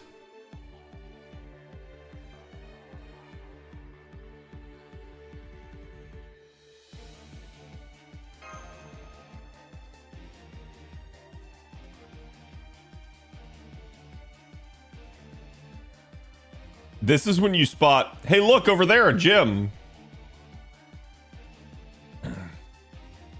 Although it's technically more Ishtar's thing.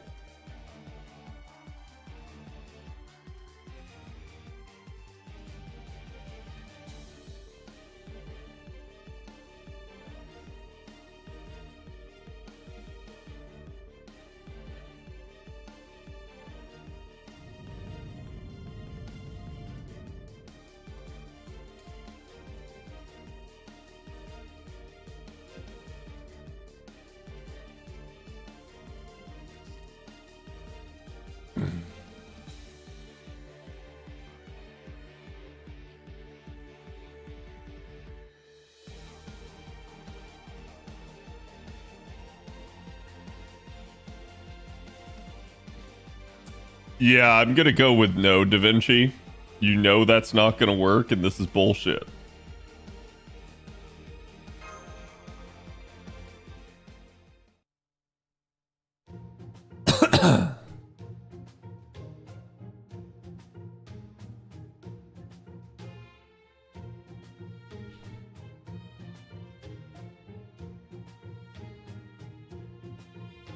That inability to hide her true affection anywhere.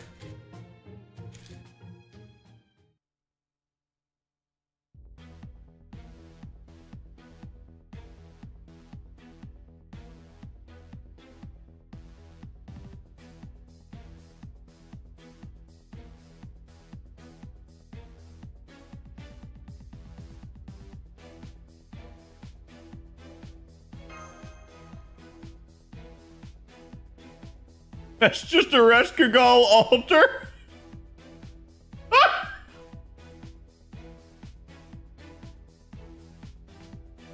Bro, the fact that Doomazid just undercuts her every freaking time.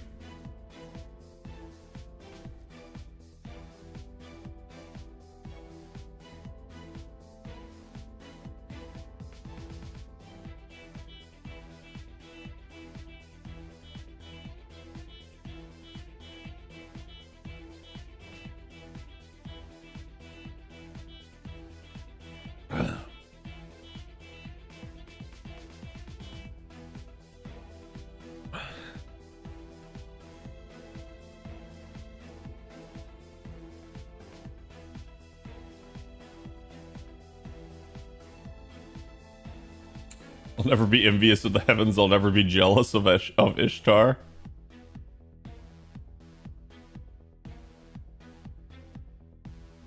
Damn. I guess it's time we gotta riz her up.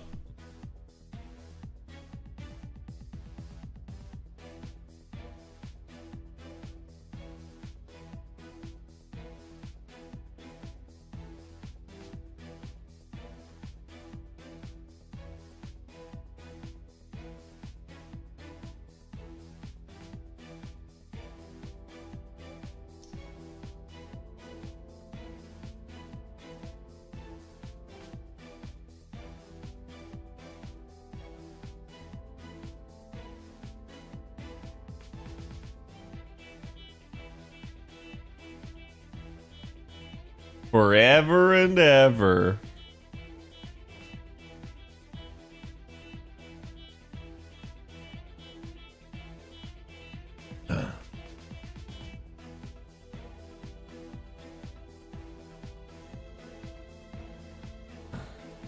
Well, I mean, Cuckoo's standing right there. How embarrassing. She wound up thinking just like her. Yeah, I was gonna say. Basically, Erish Alter is Ishtar.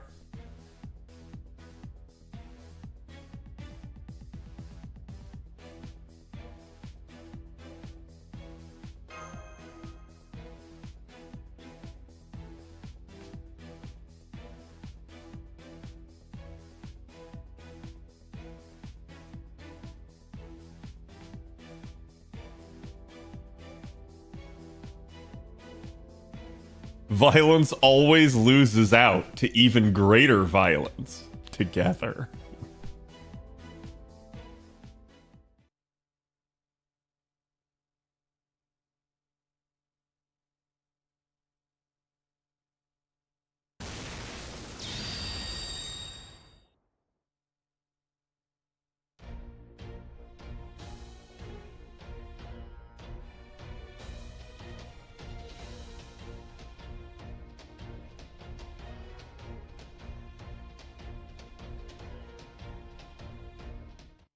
I still prefer Erish's base form over this one.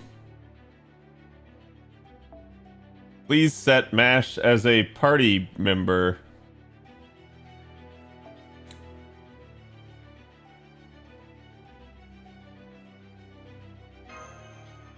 That mean that Ishtar Alter is Erish? In theory, yes.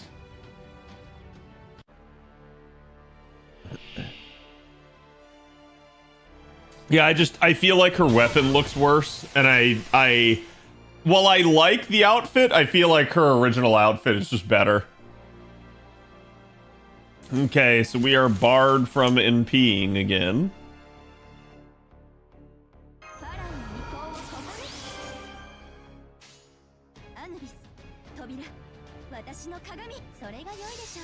I doubt I can death proc her.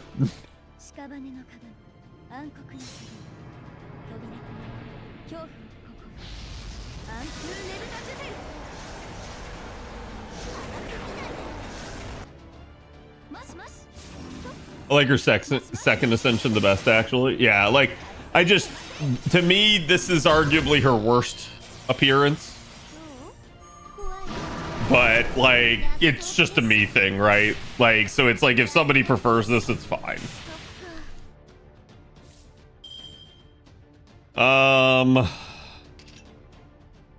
Well.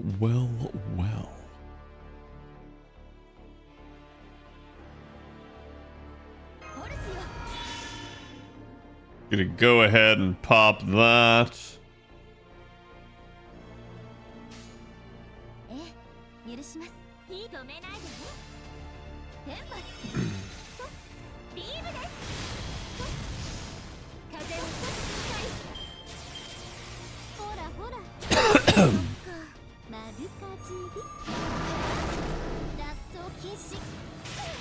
I wonder if I just have to do a break bar here.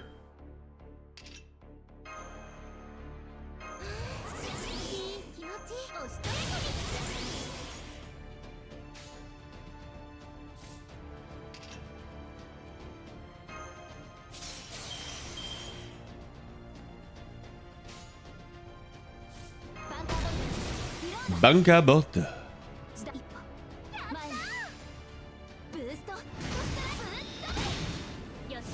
Look at that mash crit.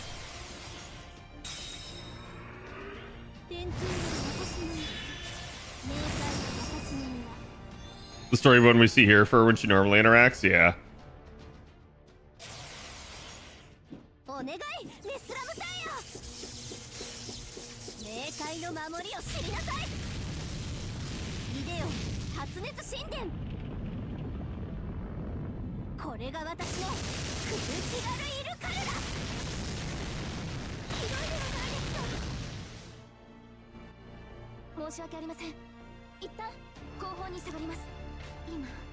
I'm sorry.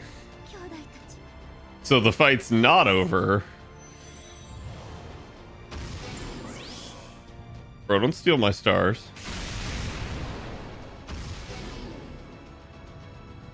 Bro, don't steal my buff.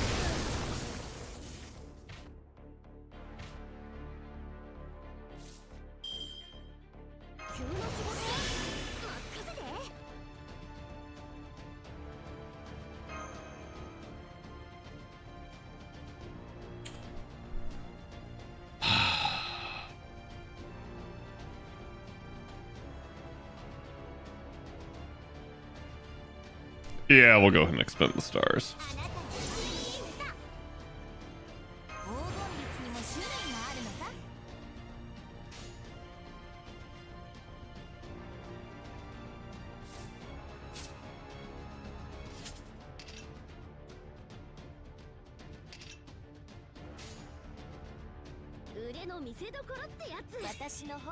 Wait, what's her overcharge again? And increase in P gauge. Okay.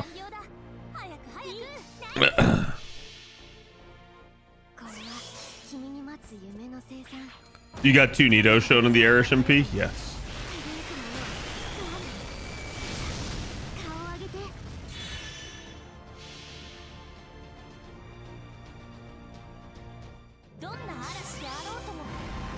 Oh, it is arts up, yeah. I don't... Maybe I read the line wrong then.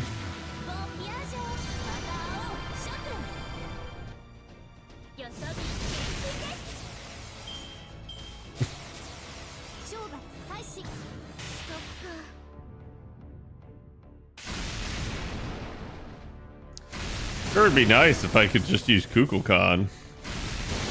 Something tells me I'm gonna regret my Mystic Code choice though. I should have probably popped that as well.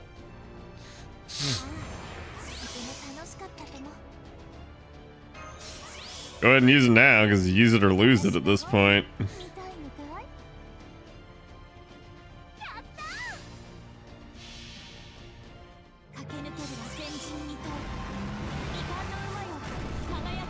Oh, I'm just using it because it's the new Mystic Code. Nothing more.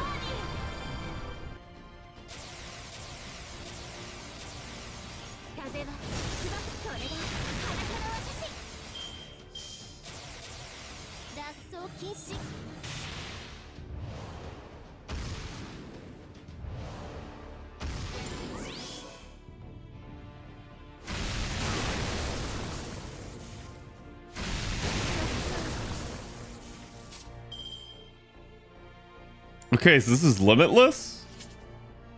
Maybe I'm not understanding the mechanic.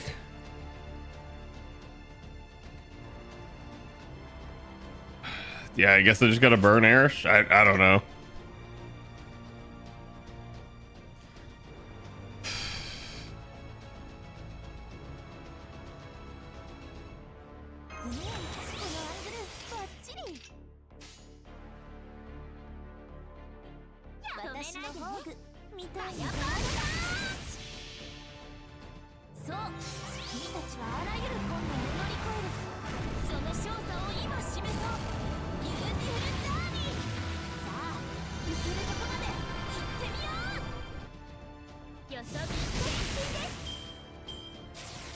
He'll be fine? Yeah, I mean, I'll be fine.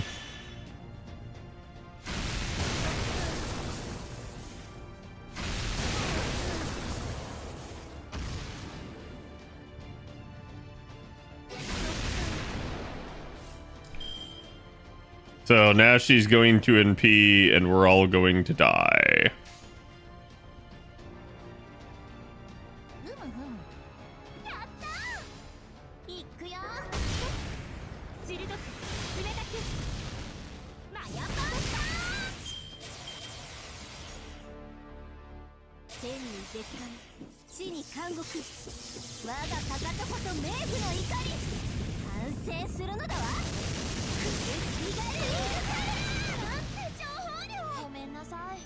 I'm surprised that it didn't kill Cuckoo. What the heck?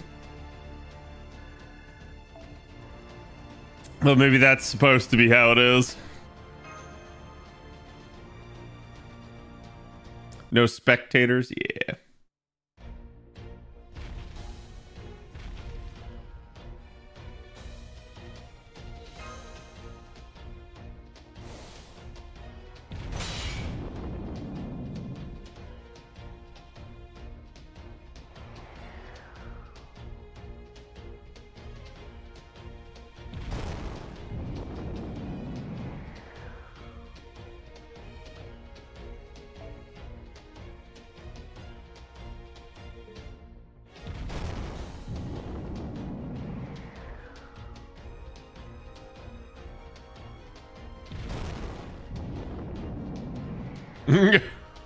Why do they keep opening their mouths?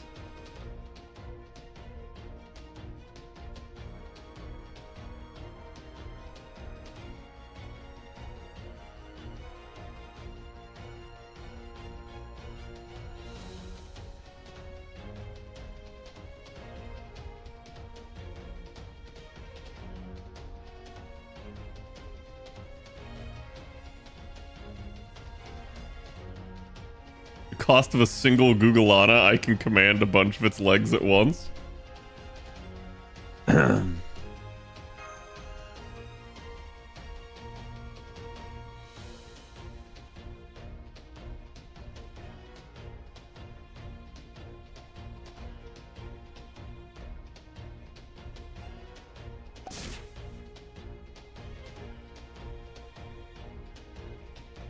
Doom is it out?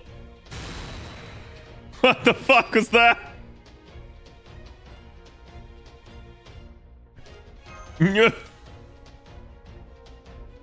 Doom is it out?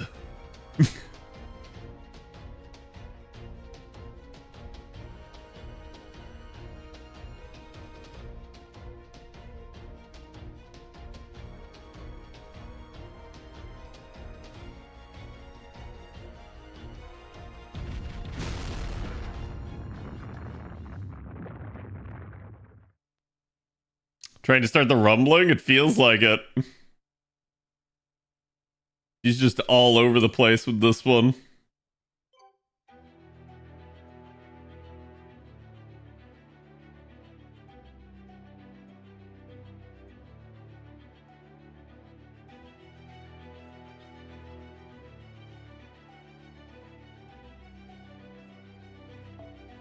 God, these chapters are just friggin' long, dude. Like, I'm basically going at the pace of a chapter a day right now.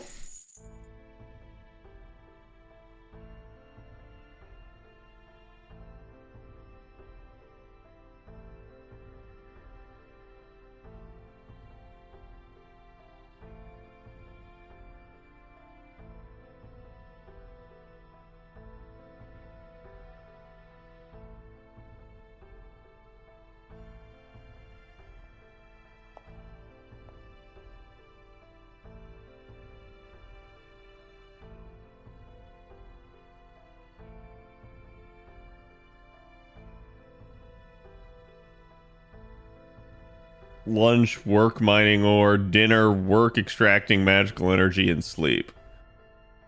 So, about the extracting magical energy part. What's getting extracted for that? just saying.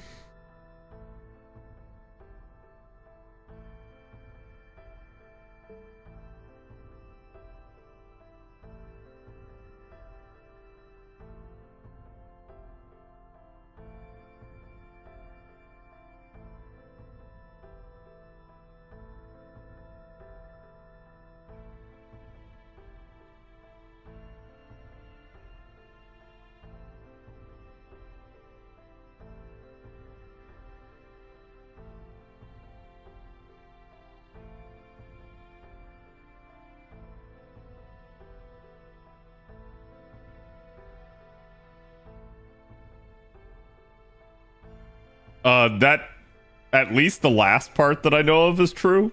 Like everybody in Egypt drunk beer. Like it was really interesting.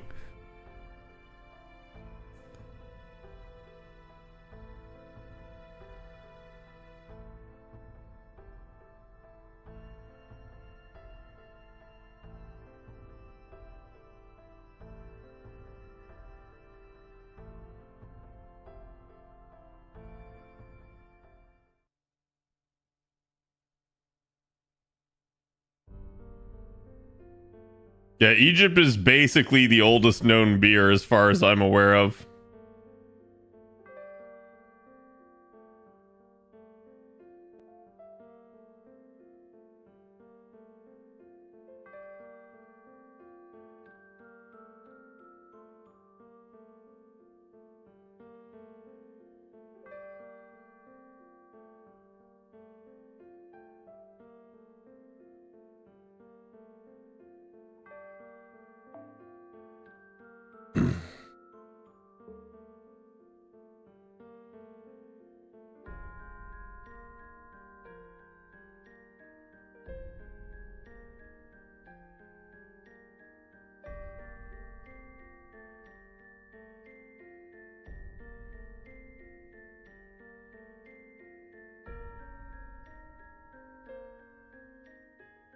Ah, and so you chose to become an altar and do nothing but grow flowers. Like, I hate to say it, you're hypocritical right here. You're saying it's a battle for all of humanity. You're supposed to be protecting the future, not your past self. But in the past, I wanted to see the underworld covered with flowers, so this is what I did.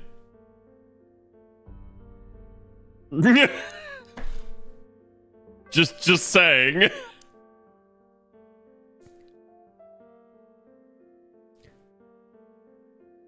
Throw away the past, it doesn't matter. I'm totally gonna live out my dream from the past.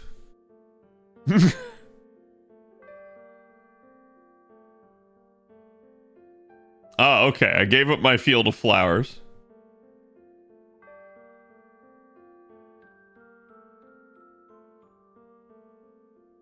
Yeah, but that serves no purpose towards helping humanity right now.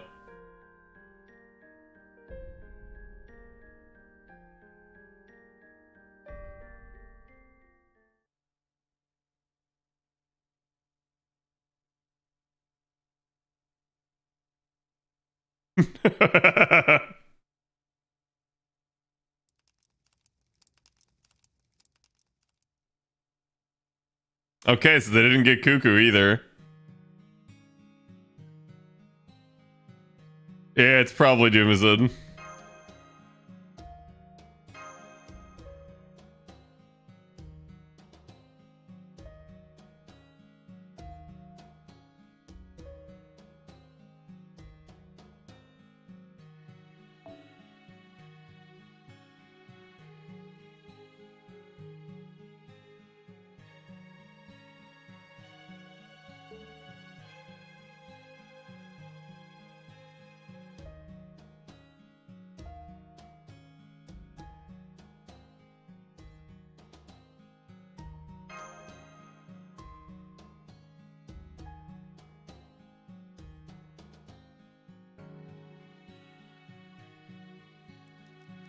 Not holding it back at all? I feel like you are.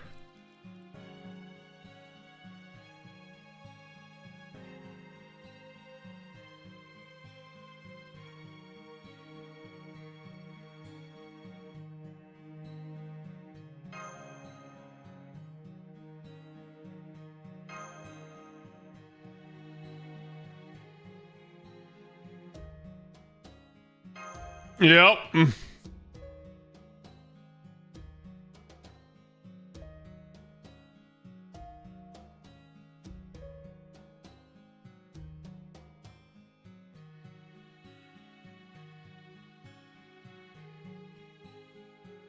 Hmm.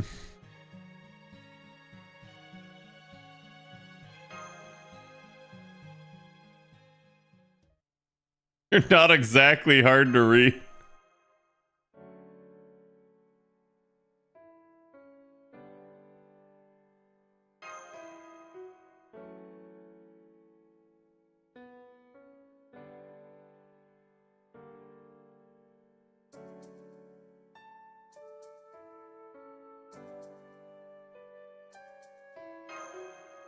Yeah, you'd never do that.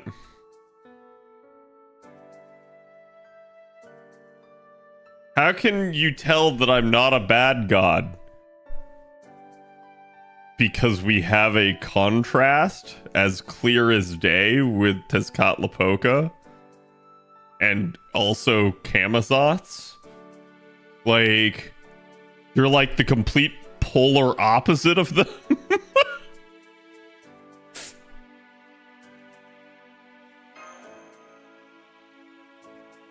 We have eyes, yes.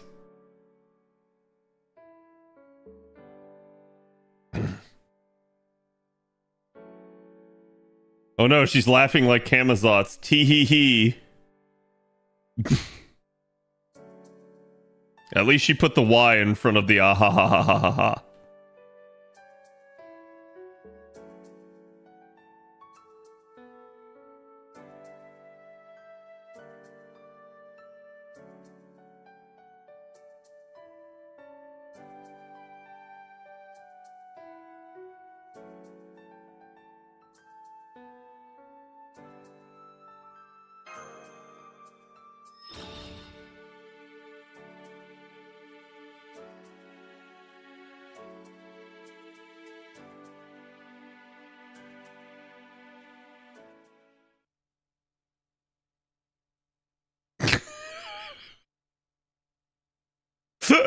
Fucking love Doomizid, man.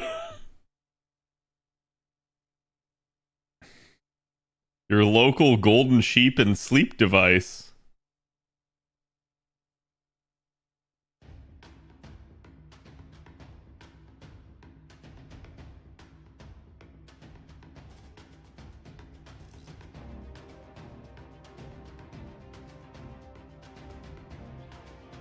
Only if you don't mind my handing you over to Ishtar.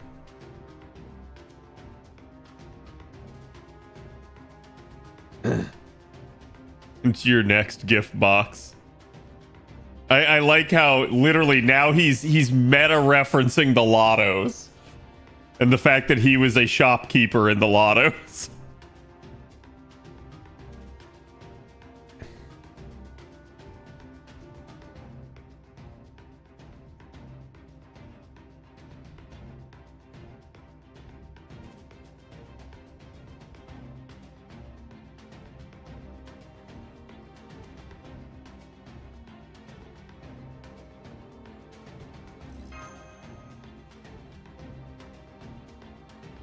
Shining Kadra.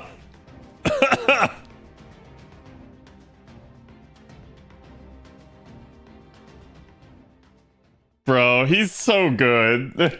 They really cooked this LB. Like I said, I know everybody and their brother hypes up LB6, but LB7 is like underappreciated at this point.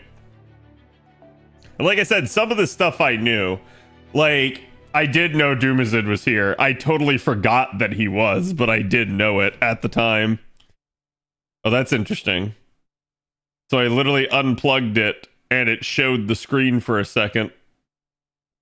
Not really sure why.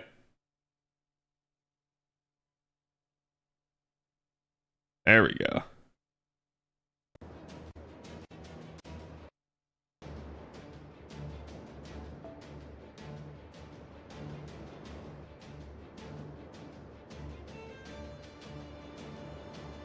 The JP translation of this scene, Cuckoo recommends the master does a mana transfer.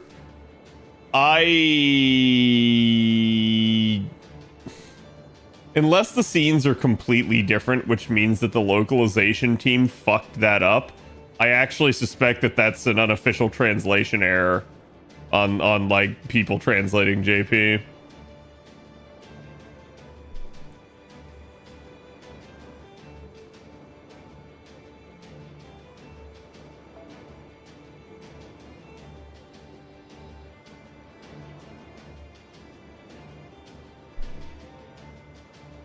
People think that LB7's boring.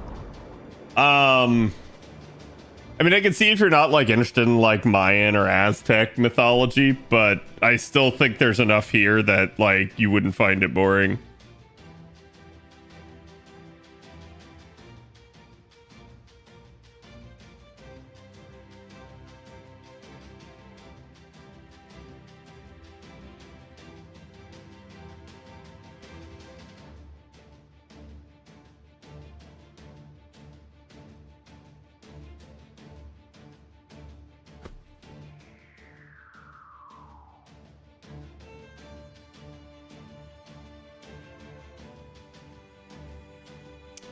Wait, can I manage?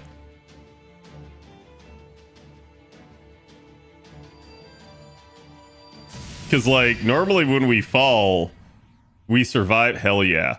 We survive thanks to MASH.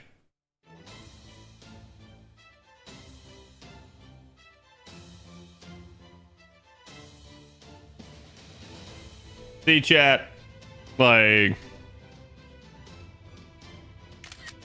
y'all can roll for who you want, but I'm rolling for Cuckoo. Y'all can roll for whoever the fuck you want.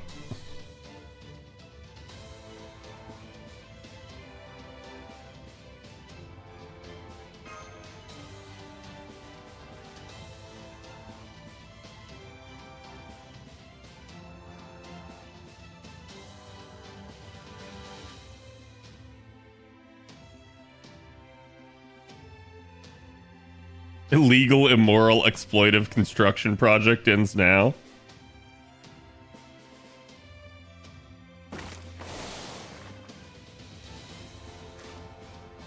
But cat my button presses? No one gives a shit.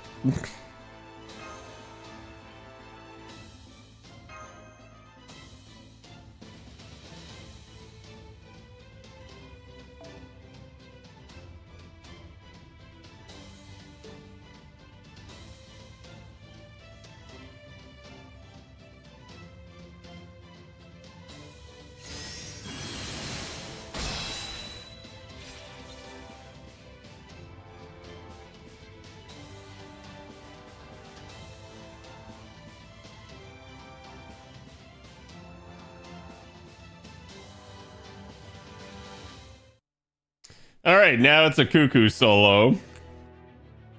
Mm-hmm. Okay, I will switch Mystic Codes for this because I get the strong suspicion that I need a more proper one.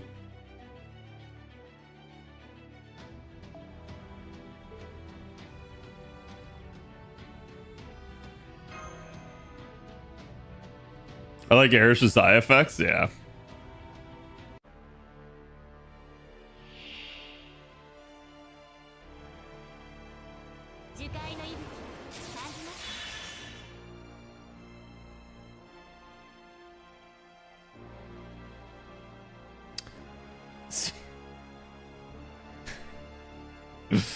Yeah, I'm not falling for this. The question is, can I potentially kill? She does have a passive damage up.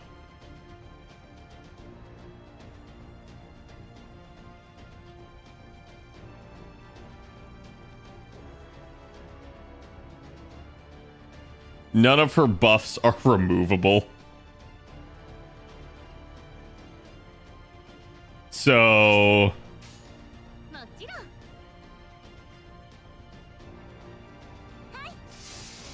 I think we use this as free charge.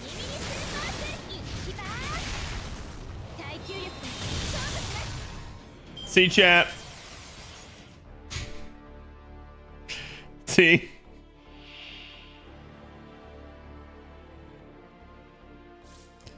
Okay. And now we have stars.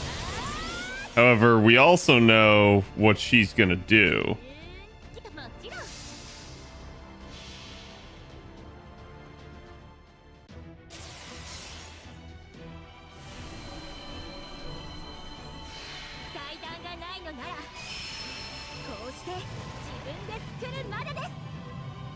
Awooga.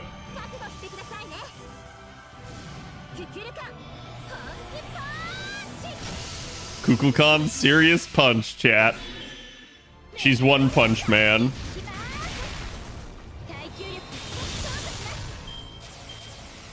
And now for literally the legs. Yep, I fucking knew it. So, you know, I do think it's stupid that they don't have the guts here. I think that's just ass, but it'd be what it be.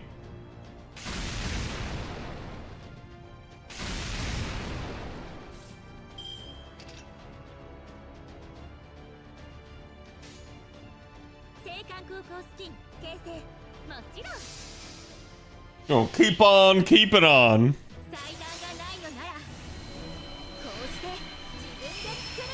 Who would win, Cuckoo or Saitama? Probably still Saitama, yeah.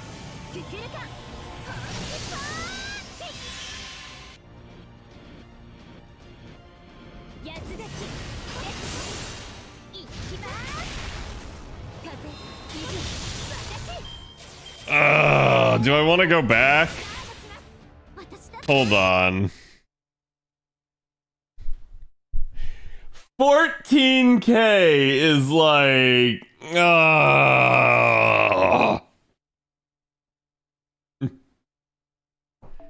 I'd rather just get that.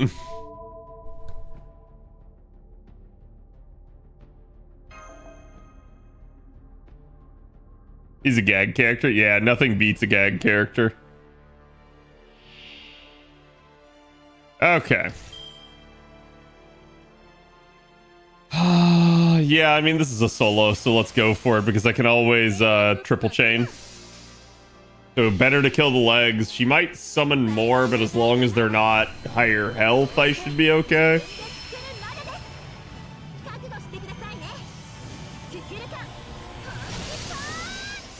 Yeah, this is a really nice just display of Cuckoo's raw power and capability.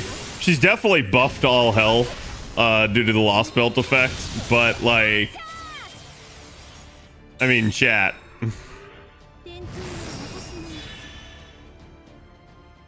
Wait, that's a problem. She gonna tank this? My god, what the fuck, dude? Okay, that's definitely due to the buffs. I can just tell you that right now.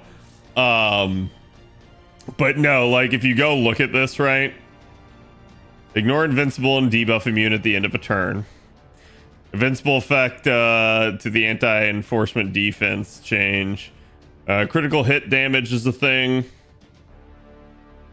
And increased damage dealt. So like these two are really what's upping it. Also potentially that in terms of like her looping power here. She wouldn't loop to full like she has been, but it really doesn't matter. We are really just killing the ever-loving crap out of her. In fact, I'm pretty sure I can just card her to death.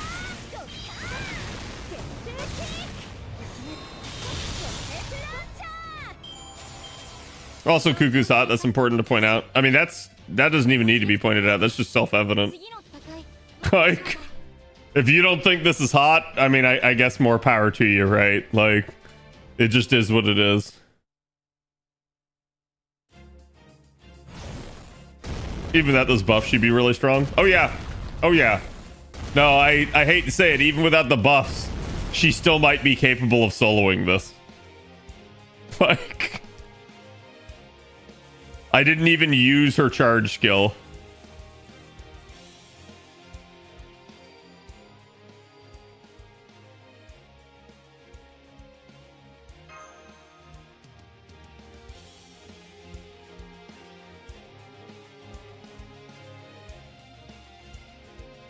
That was the giant karate chop that swatted the Stormborder out of the sky. I knew it. No, you didn't, Da Vinci. You didn't realize shit. Okay? You didn't realize anything.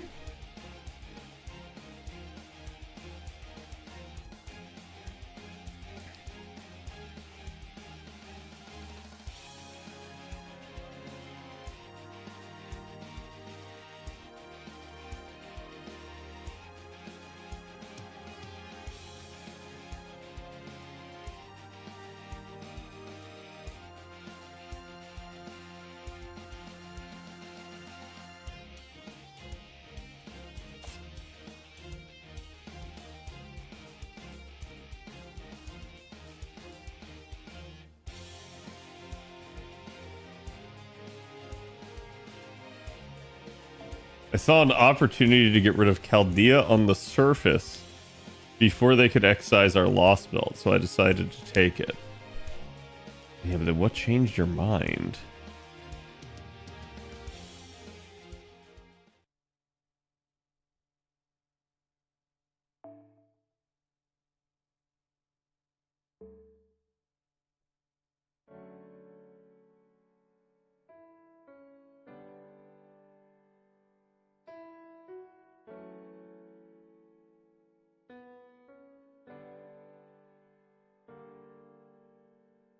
Bite you.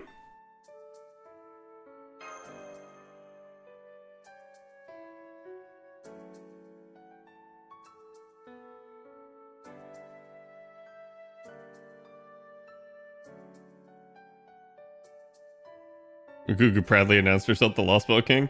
Nah, like, my stock on Da Vinci and, like, her capability in her, like, writer form here is, like, way down. Like, I really feel like Da Vinci is the source of, like, all misinformation right now in the story.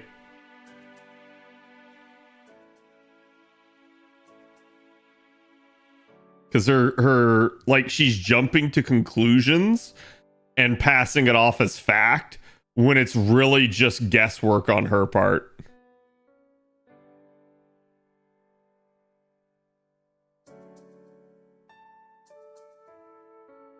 And like I said, there are certain things she stated as fact that like literally you the reader know are not true. Like even she herself as a character should know that it's not true.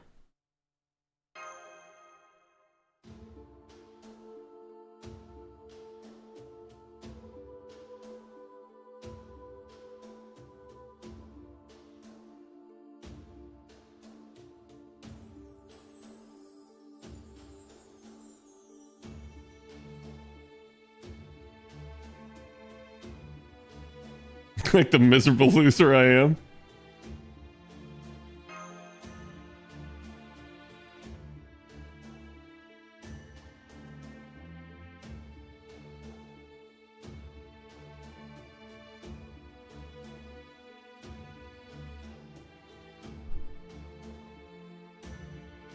I mean, same thing happened with King Protea.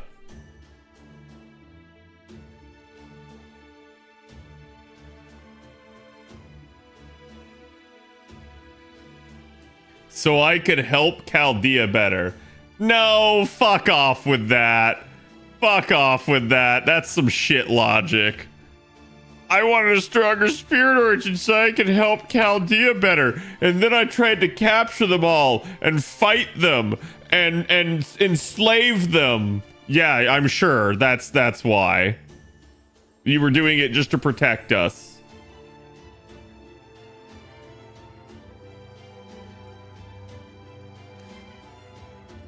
You were totally pulling an Ishtar, weren't you?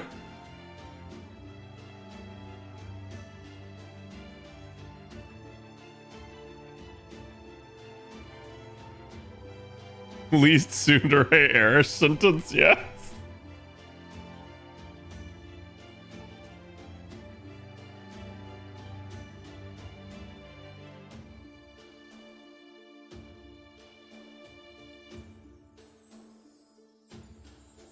Mash, no, that's not smart of her. Listen, it's fine. Like, Mash is just gaslighting her. Mash is just being the setup man. She's soft serving. That we can ace this shit.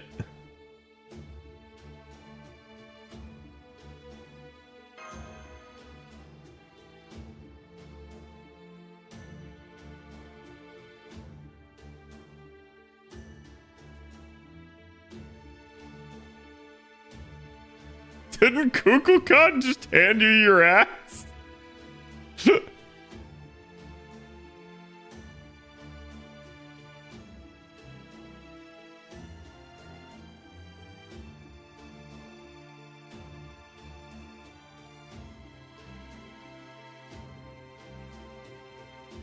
What? Okay.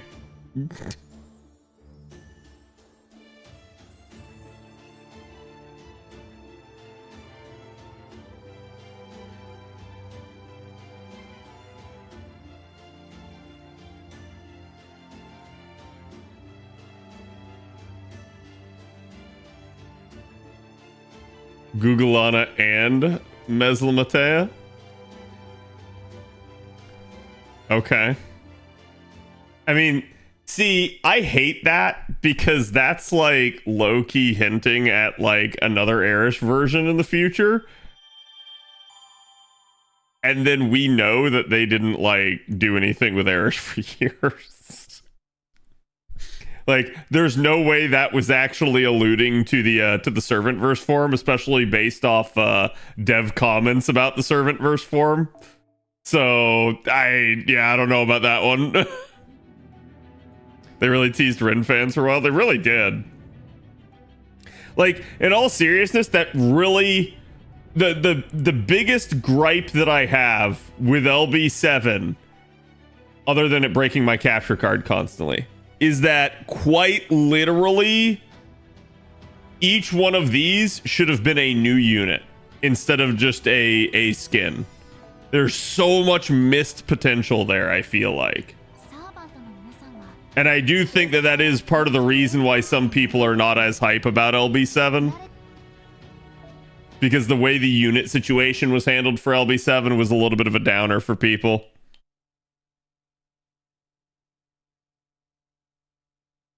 Did Erish lose IQ after alterization? No. That's just her normal.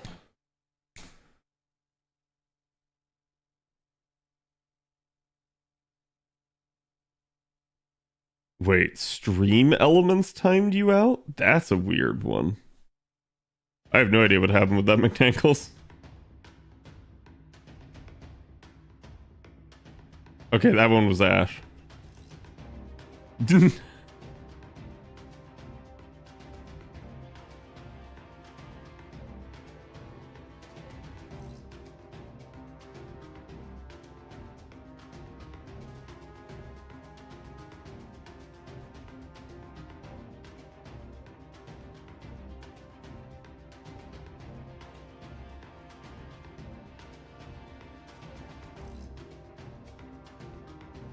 Oh boy, Gordoff about to give her a what for here. Also, I like how we just time skipped.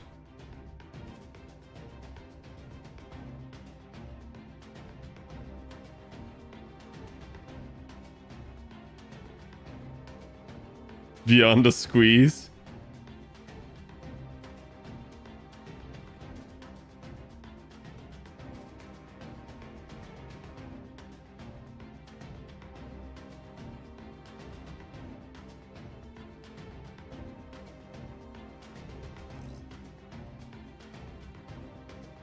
The old evil fog maneuver? I believe it's called pocket sand.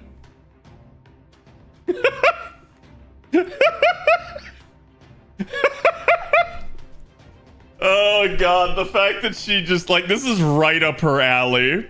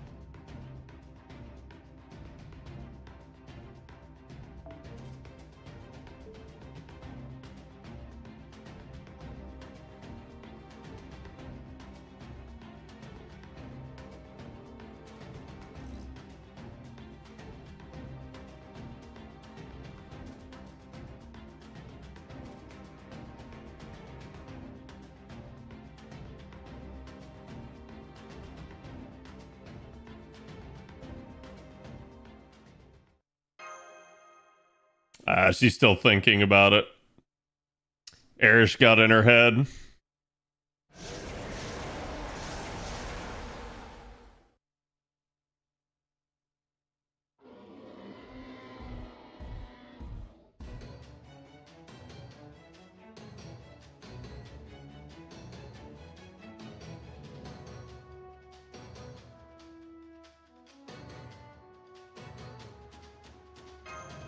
Ah, berserkers.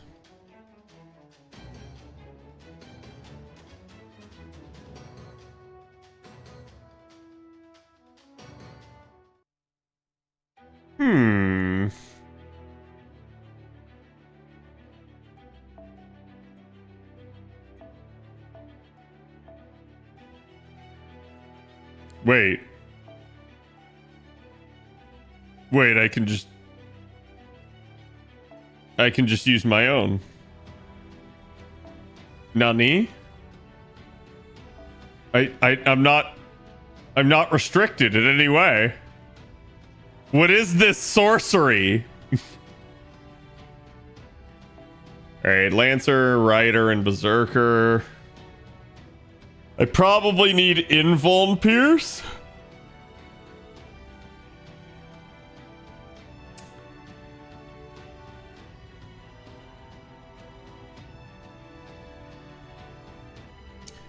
Let's see how well we can loop this. Let's see how well we can loop this.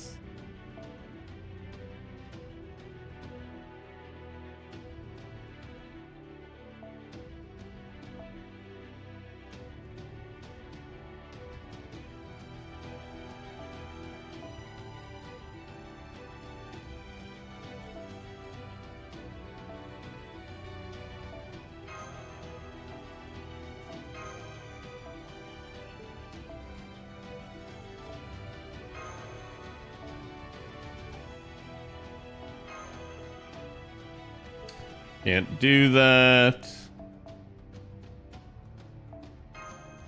But I can do that.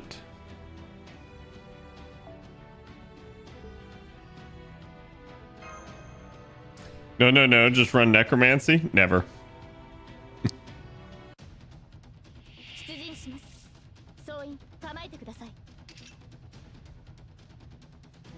Yep. Is 3 turns. Alright, well, we got the one we needed. And then the guts. Oh, actually, well. It doesn't matter. We'll single Castoria buff it.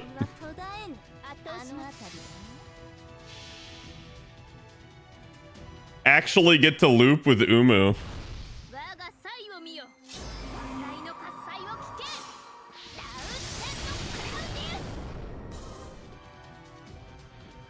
And by loop, I mean oof.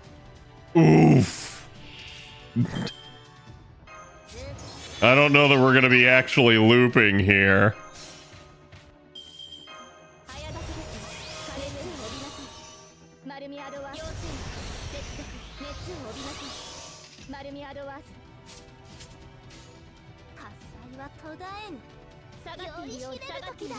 Yeah, we're just going to charge the other units.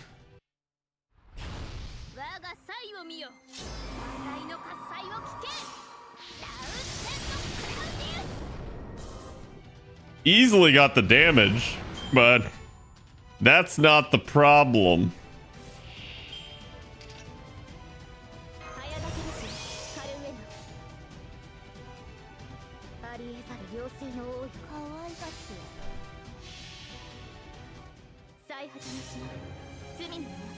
So basically just doing this both for protection and because all of Umu's buffs are going to wear off.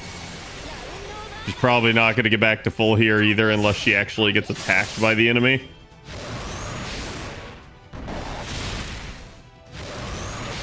Damn. She got attacked once. She needed to get attacked twice.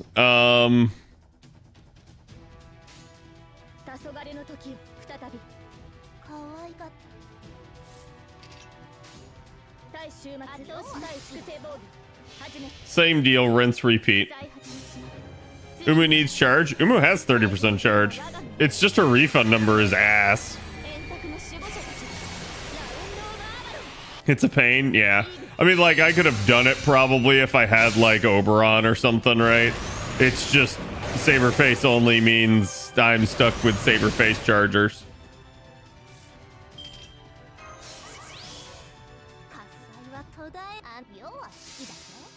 There you go. 3 NPs in 5 turns. It's not perfectly efficient, but it'll work.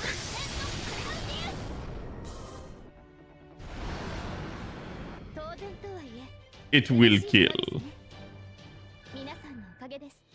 Still really love that outfit for her.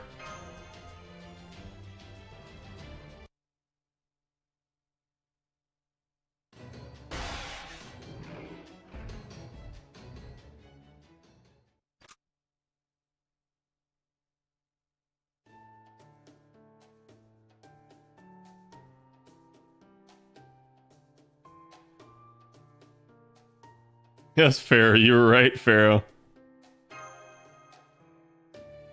Yes, chef.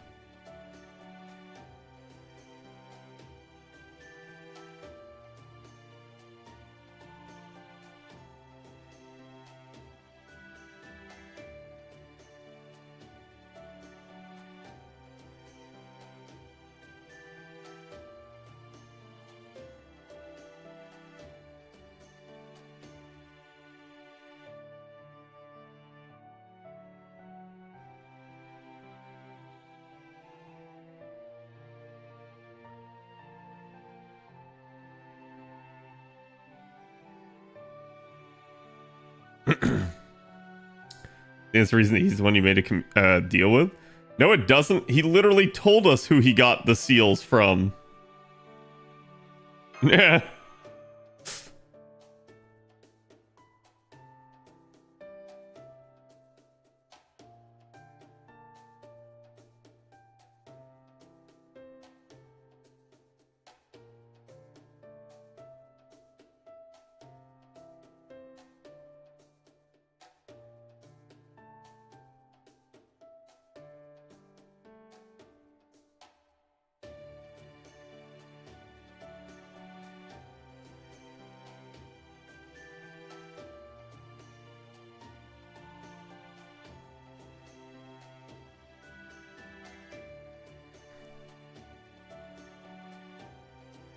Hmm.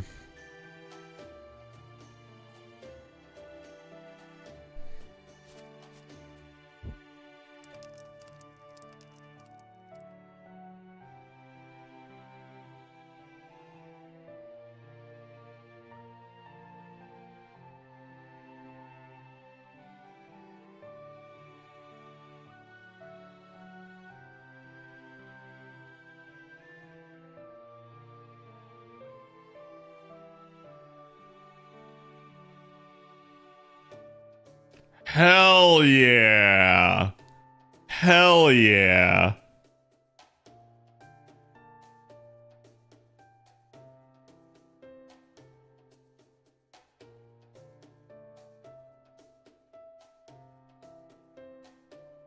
Why don't you stay in my tent and I'll sleep by the fire? Oh my god.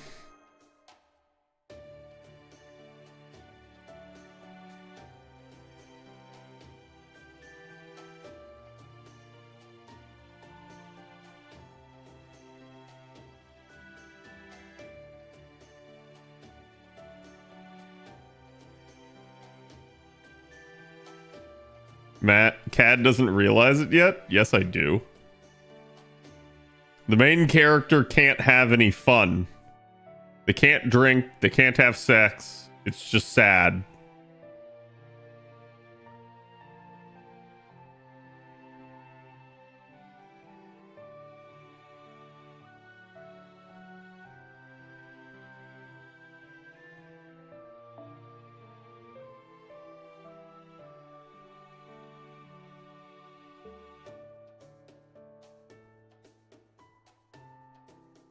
Also, this is really funny because the master is, like, in this case, like, my master is a female, but isn't being included.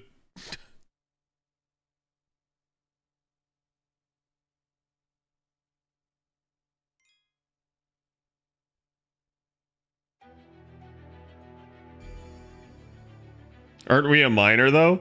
That depends on who you ask. Because by actual time past, our character should not be a minor anymore, but be what it be.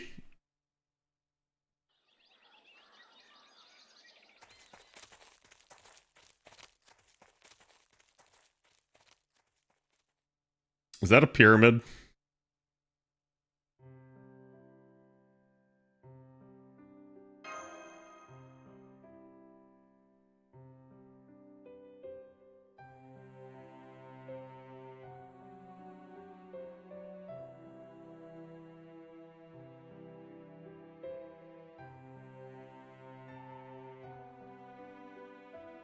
Was dispatched from the inner sea.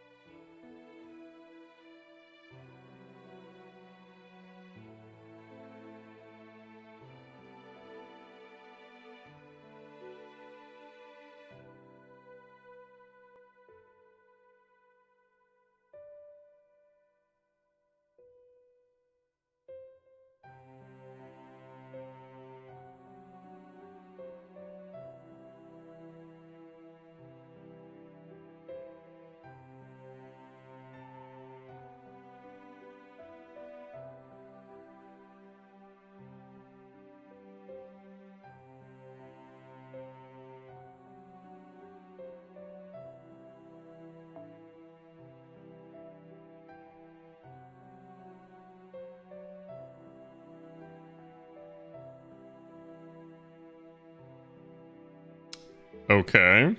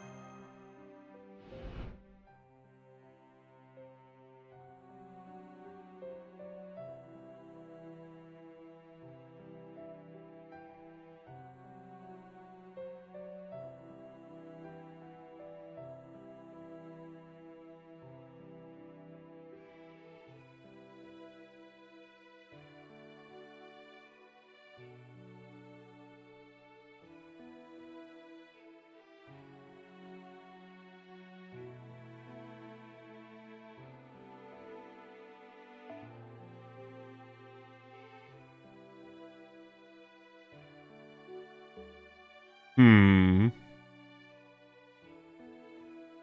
Oh yes, X quick.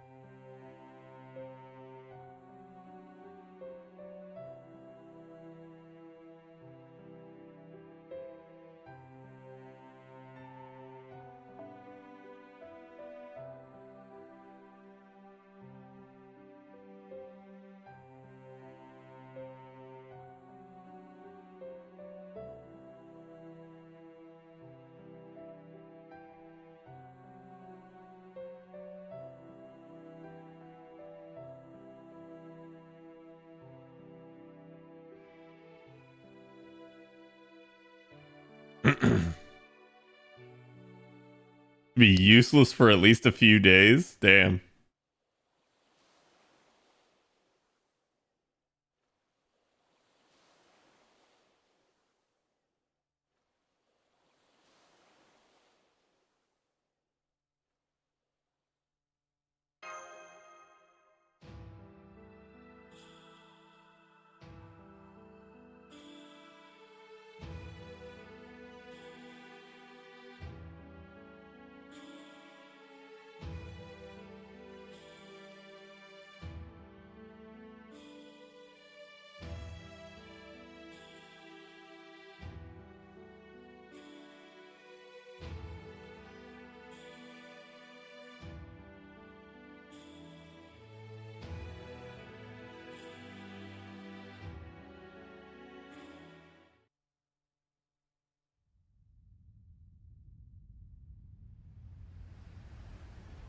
Oh, damn. It's a cutscene.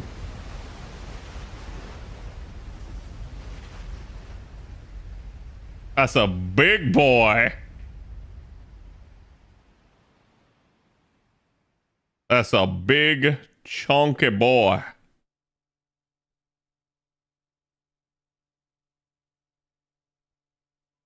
Behold, chat.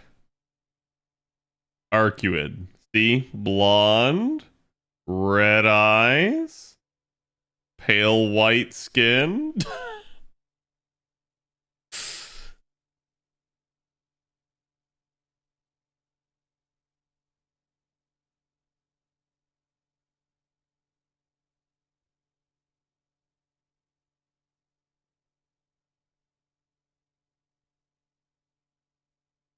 She's huge, yes.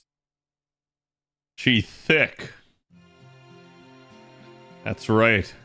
A Diplodocus.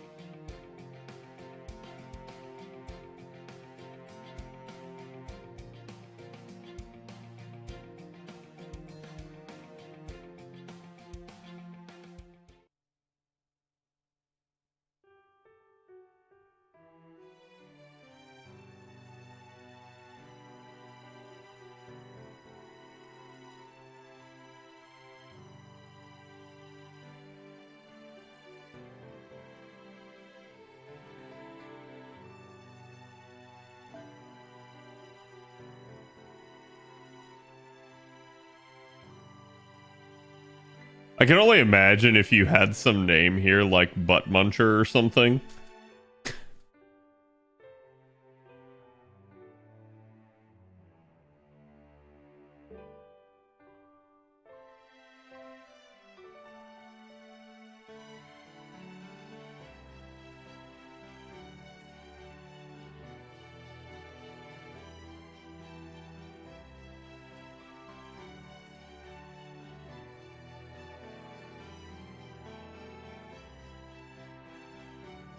We're just acquaintances. Damn. Pepe friend zoned her.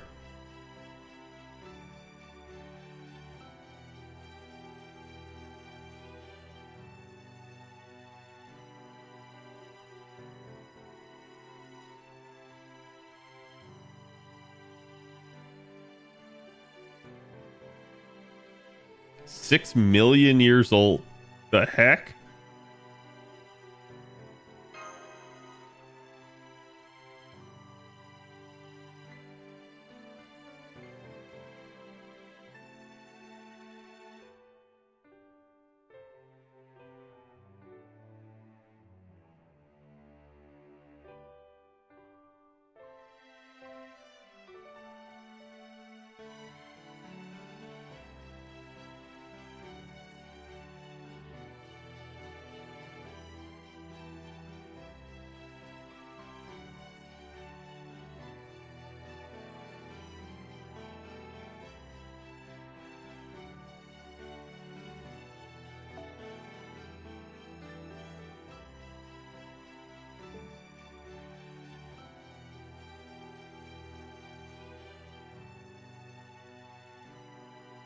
Eternally 1-year-old.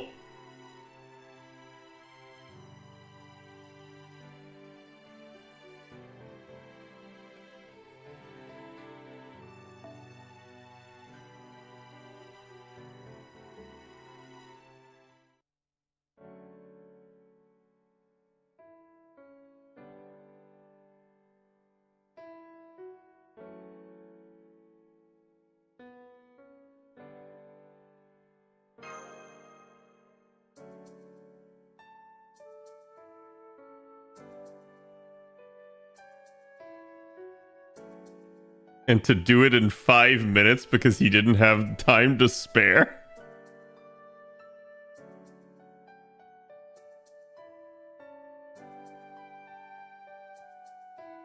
And this reminds me, chat, because I was talking with somebody before, and this is off stream. And I came to the realization that if you guys remember on the very first interaction where, let's see, oh, what's his face? The other master, the guy from LB1 who's Kata. So when Kadok and Da Vinci and Shion are trapped in the like prison and we're going to go save them, if you remember, David comes in and David threatens Shion, which with all the theories already kind of floated at this point about him maybe potentially being like a dead apostle or something like that, looking back at that threat now like puts that way more in perspective. So I was like, ooh, that's interesting.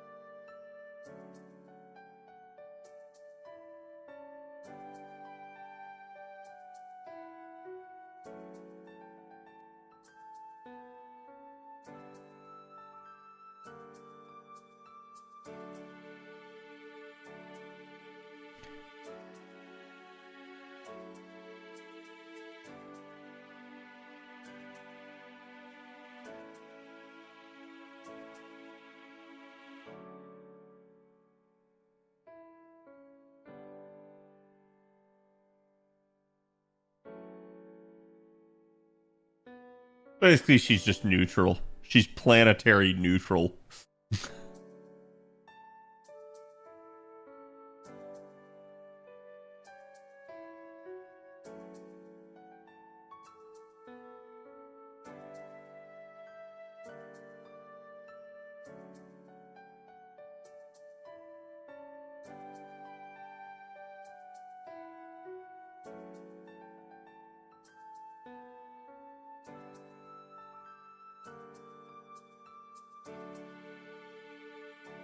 A popal ritual?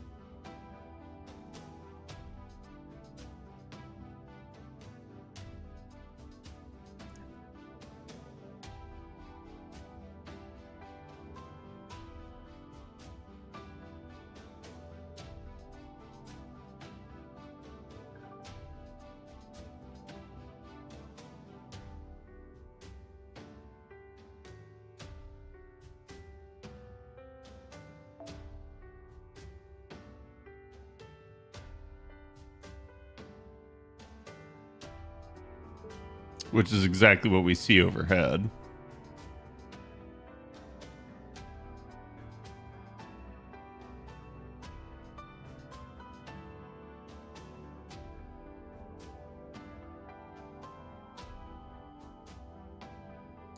See, I'm gonna say this, right? Like, the fact that Da Vinci didn't realize this is why I say, like, you want to think of Da Vinci as the all-knowing Da Vinci from part 1, but this Da Vinci is not. this Da Vinci thinks she knows it all, but doesn't. Or at least she puts on an act like she does.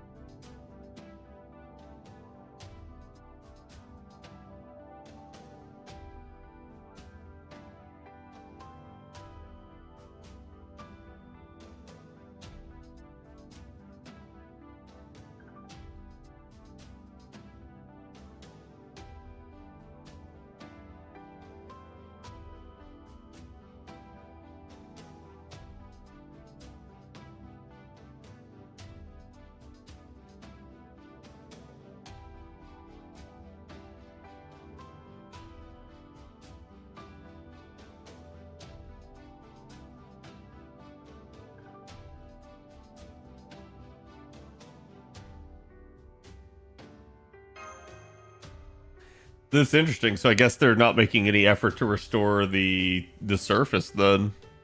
This really is stagnated.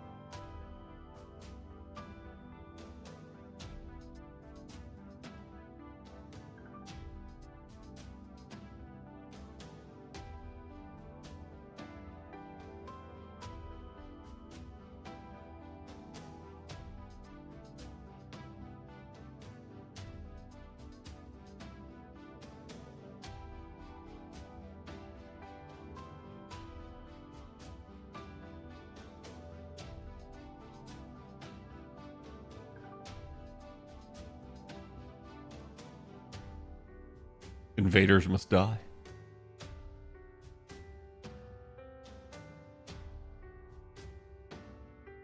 See, and this is an interesting point, chat. The planet seems to be quite happy as long as life is flourishing, regardless of what form it takes. That's the whole idea behind Gaia and Alaya not necessarily being as aligned as people think. Because Alaya is the will of humanity. Gaia is the will of the planet. The planet doesn't necessarily need humanity. That is to say, humanity in theory can take any form, which is the common theme throughout FGO. If you remember, like the Lamu at the end of, or rather in Singularity 7, are supposed to be, quote, the new humanity that's going to take over.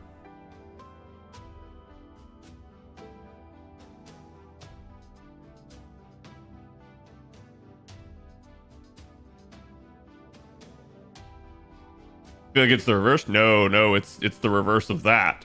It's quite literally that whatever the dominant species is can be referred to as humanity, because it's a looser and broader definition than at least in FGO than, you know, people would normally define it as. And that's where this concept of like the prime species comes from.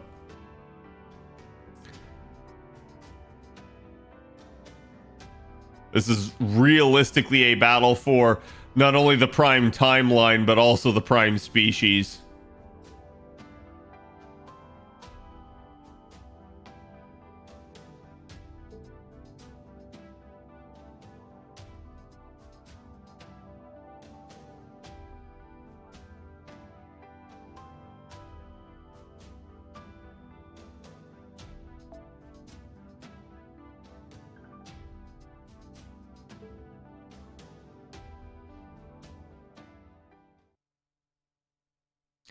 Planet-eating monster that came here from the Oort cloud in the far reaches of the solar system. Oort.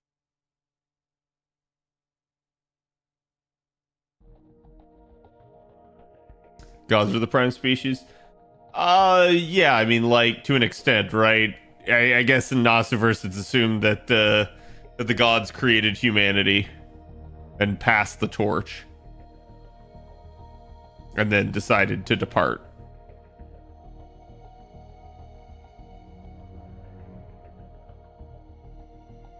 Be nice if someone made a timeline to help me keep track of all this.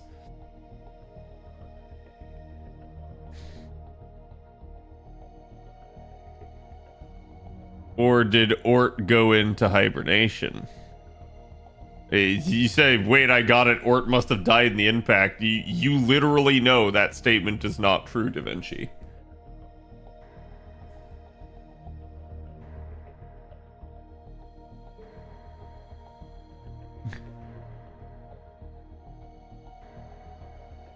So is that the first time the sun went dark?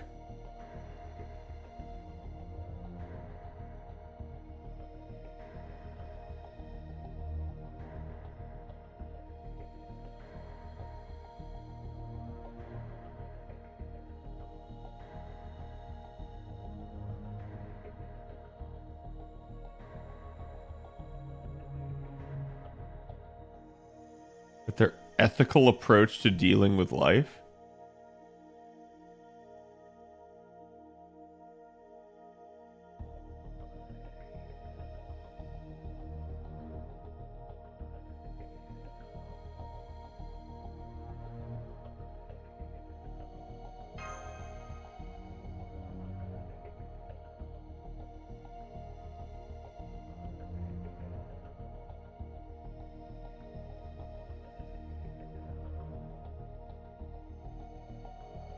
Yep, it's the Mayan apocalypse cycles.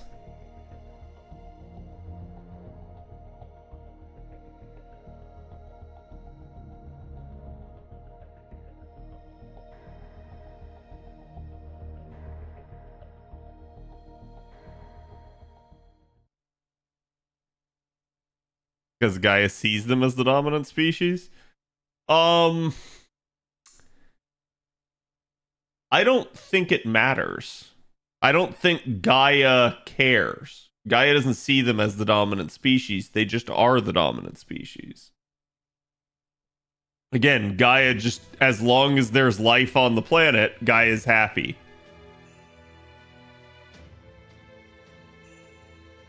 And that actually is backed up by the ages shifting over time and the dominant species shifting over time.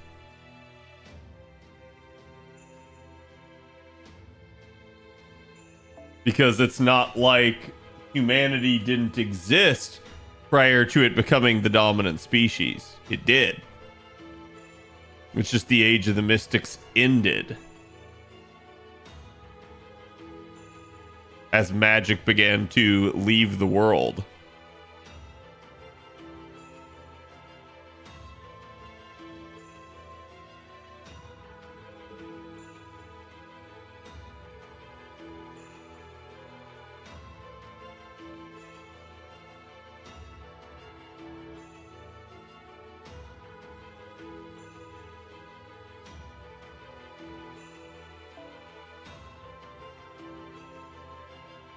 Along with an artificial sun.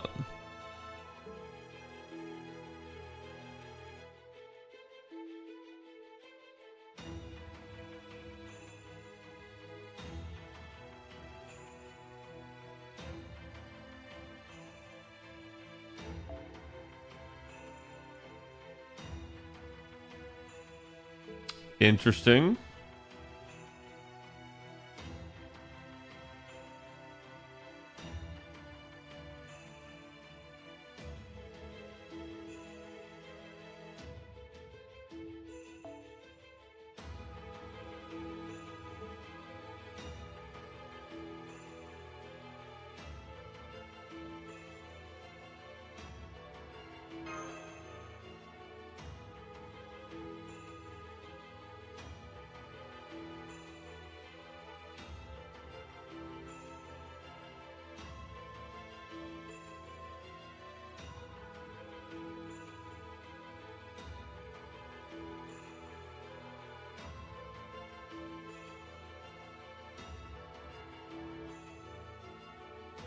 No, that's not the case at all.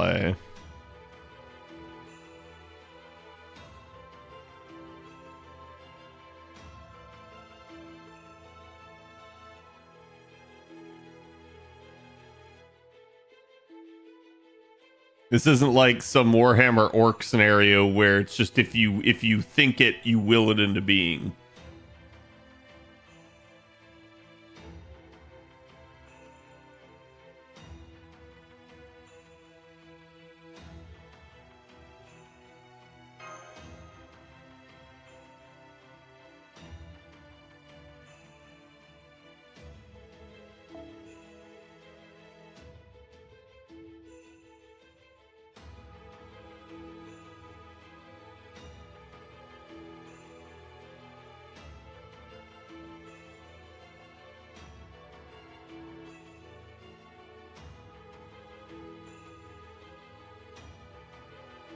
Interesting part is it hadn't mentioned anything about the precursor apes, so it's like weird that was highlighted in red, because I don't know how MASH came to that conclusion unless that was like something that was dropped technically in like summarized info while we time skipped ahead of it. Okay, we hadn't read it yet, but it was something that the party had been told.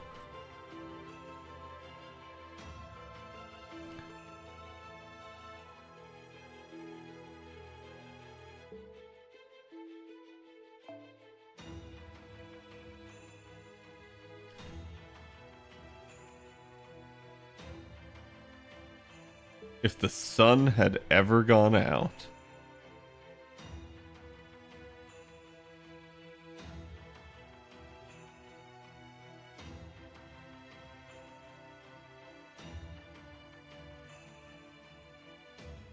Bro, Voyager has nothing to do with this. And you realize the Voyager also qualifies as a foreigner because he's outside the domain of man. Like, quite literally, that is the definition of a foreigner and what dictates if someone's a foreigner or not. It's the same reason Double X is a foreigner. It's not because she's possessed by an eldritch entity. It's simply because she's an alien.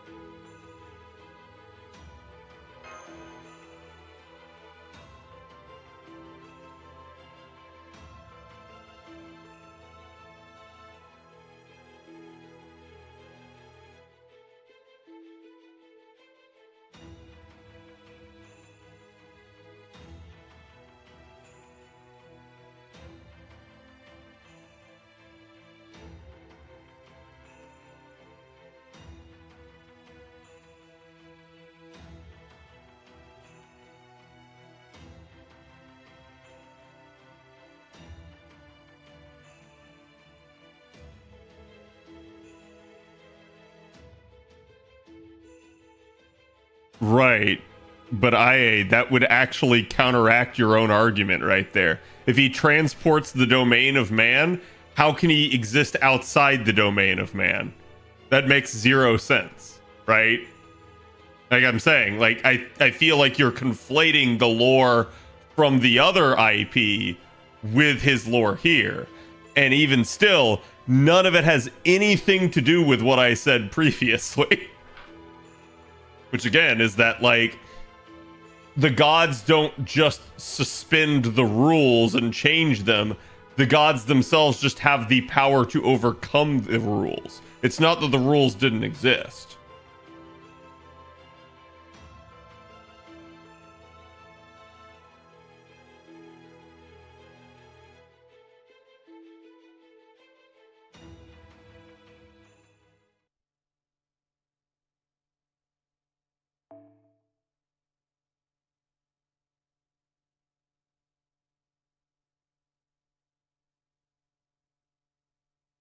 So we did have a non-Danos civilization.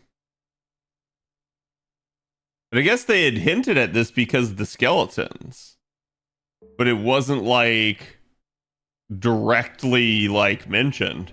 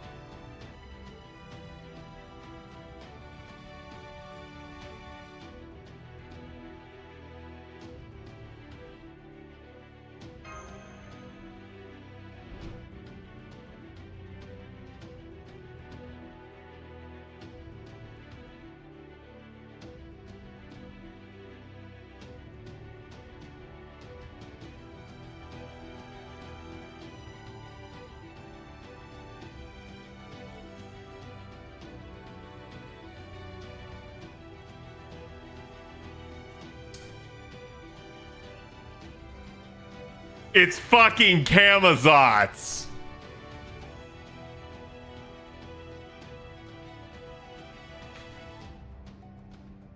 Yep.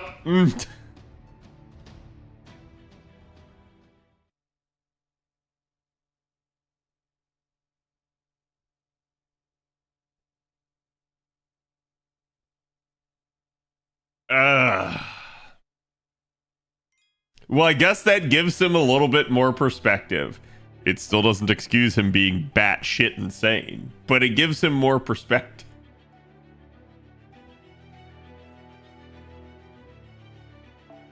Or other support. Why are you making me decide this with no setup? No mention as to what this is.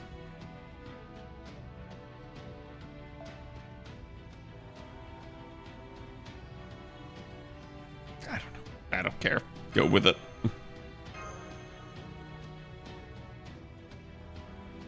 When you go insane living for 6 million years without any fellow human? I mean, from the standpoint that there is still sentient life that he can talk to, I think in theory, no, I wouldn't go insane. But I would probably be hella lonely. But then wouldn't you be like super excited and happy to meet somebody that shows up that's also human? Or would you instead like go batshit insane and try to vor them? Just saying. Like it still doesn't actually contextualize him going like full-blown mental.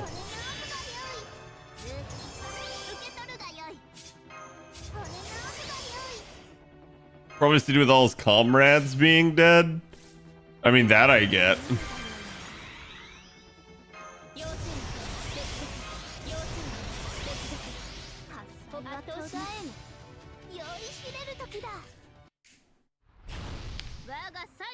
As a king, it can be hard mentally, I'd say. I'm sure it is.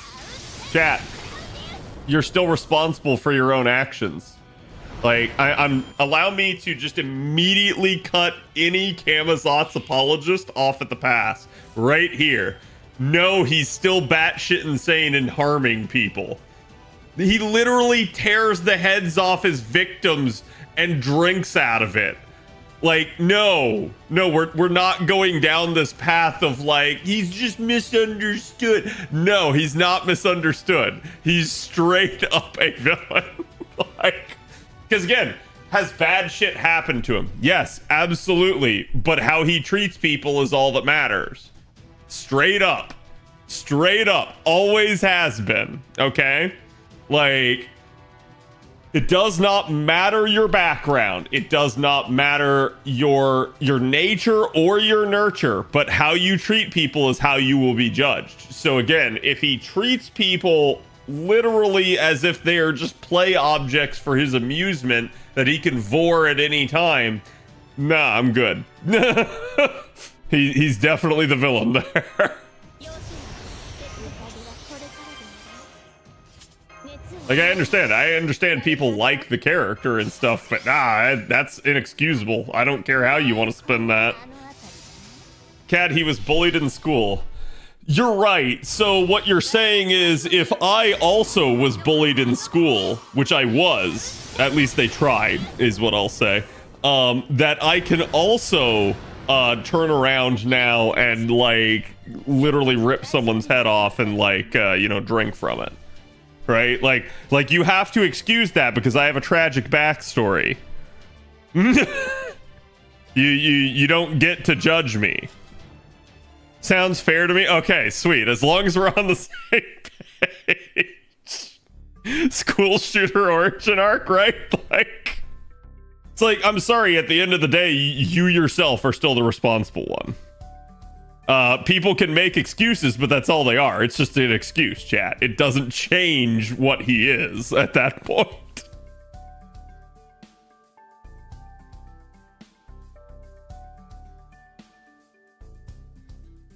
The scent of the mague and the pulque. So he's already gone crazy after 6 million years? Yeah. So actual Batman is evil. That's, from my perspective, like, this Batman is. If you're talking about original Batman, I think that is very much a perspective-based thing, because does original Batman kill? See, this is the question you need to ask yourself. Is he absolutely taking out what happened to him on other people? Yes. But he's also only doing it to people that deserve it.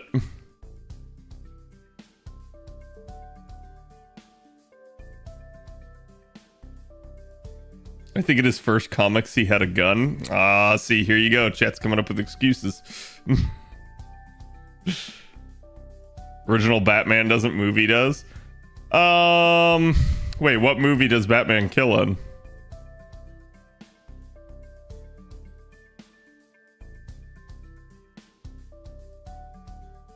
Abusing bad people is allowed? I mean, I'm gonna say no, not really, but if they've already done something to harm people, I think that's a morally, like, ambiguous point where you can make an argument there. You can argue that some form of punishment is deserved.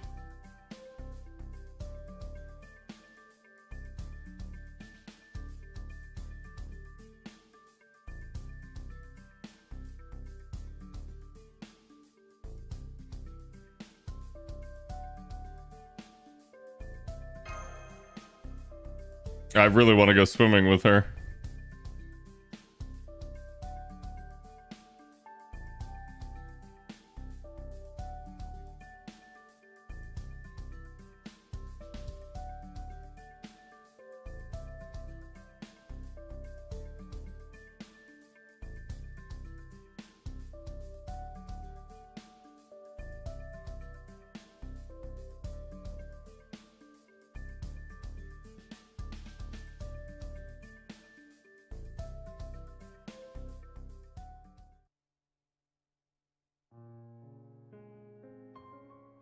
Damn.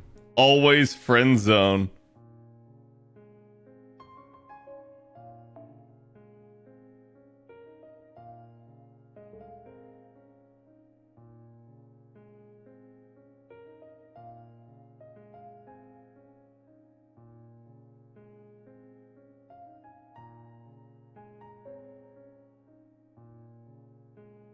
Covers when he was holding a Tommy gun? Really?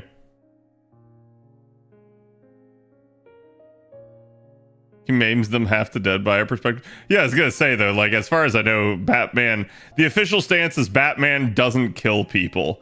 I'm not gonna say like no one's ever died on his watch. I'm sure someone has, but usually it's not due to like Batman himself killing them. It may just be that they were either unsavable or like they did something to kill themselves.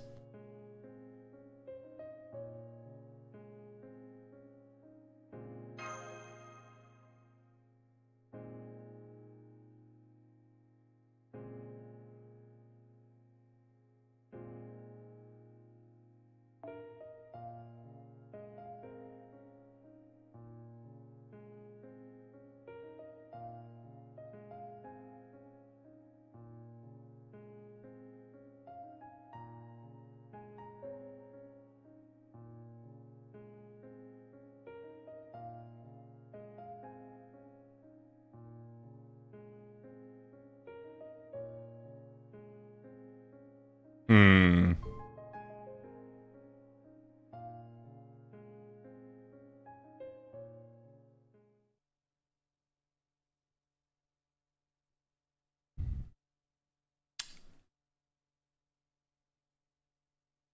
I mean,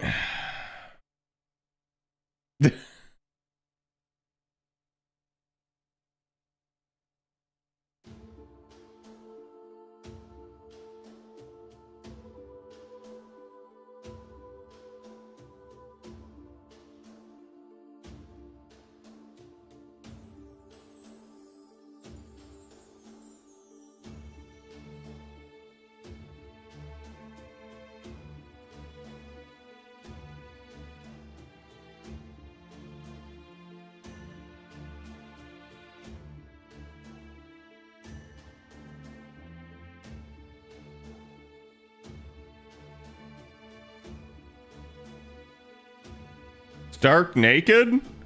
Damn, can we get a flashback of that?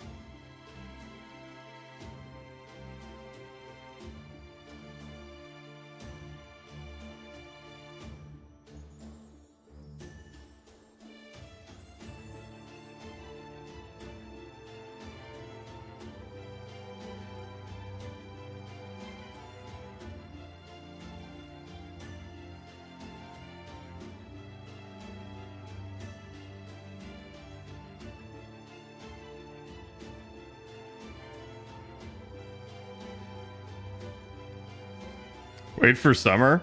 Google in summer would be absolutely a blast.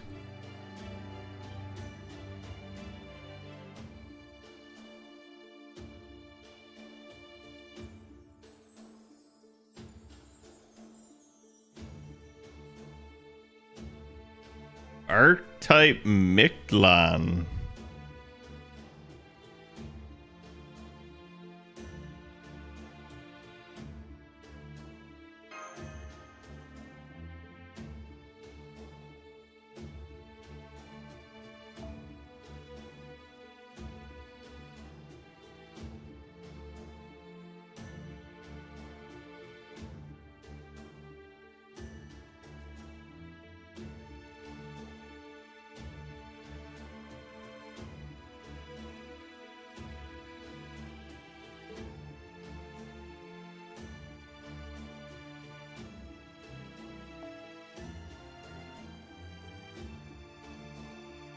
Meta Earth.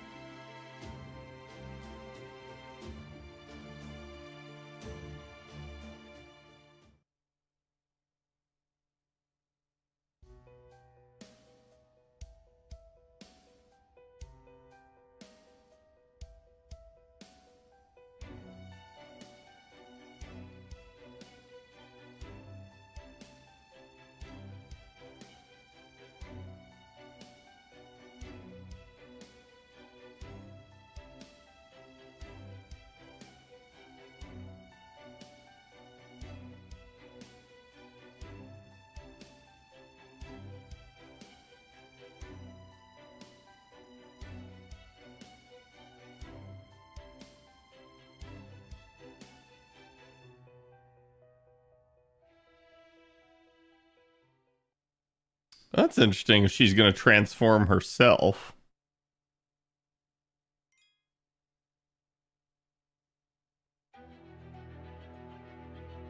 Well, we're almost done with section 14, chat, but I am going to end it here because it just ticked 11 o'clock, which is perfect timing. If I like start the next batch, it's another 0 AP, and I guarantee you it's going to take some time. So, yeah, it's going a little bit slow, but it's partially going slow because I'm poring over every word. There is so much here. It's really nice, and I can't state this enough, chat.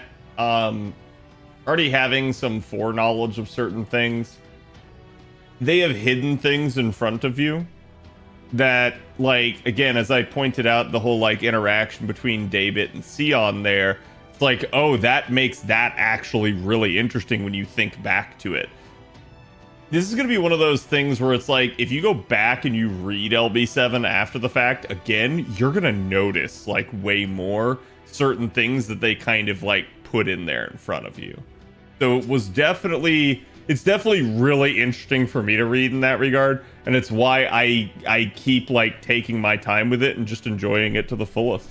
It's definitely been great in that regard. Okay. Let me see who all is on tonight.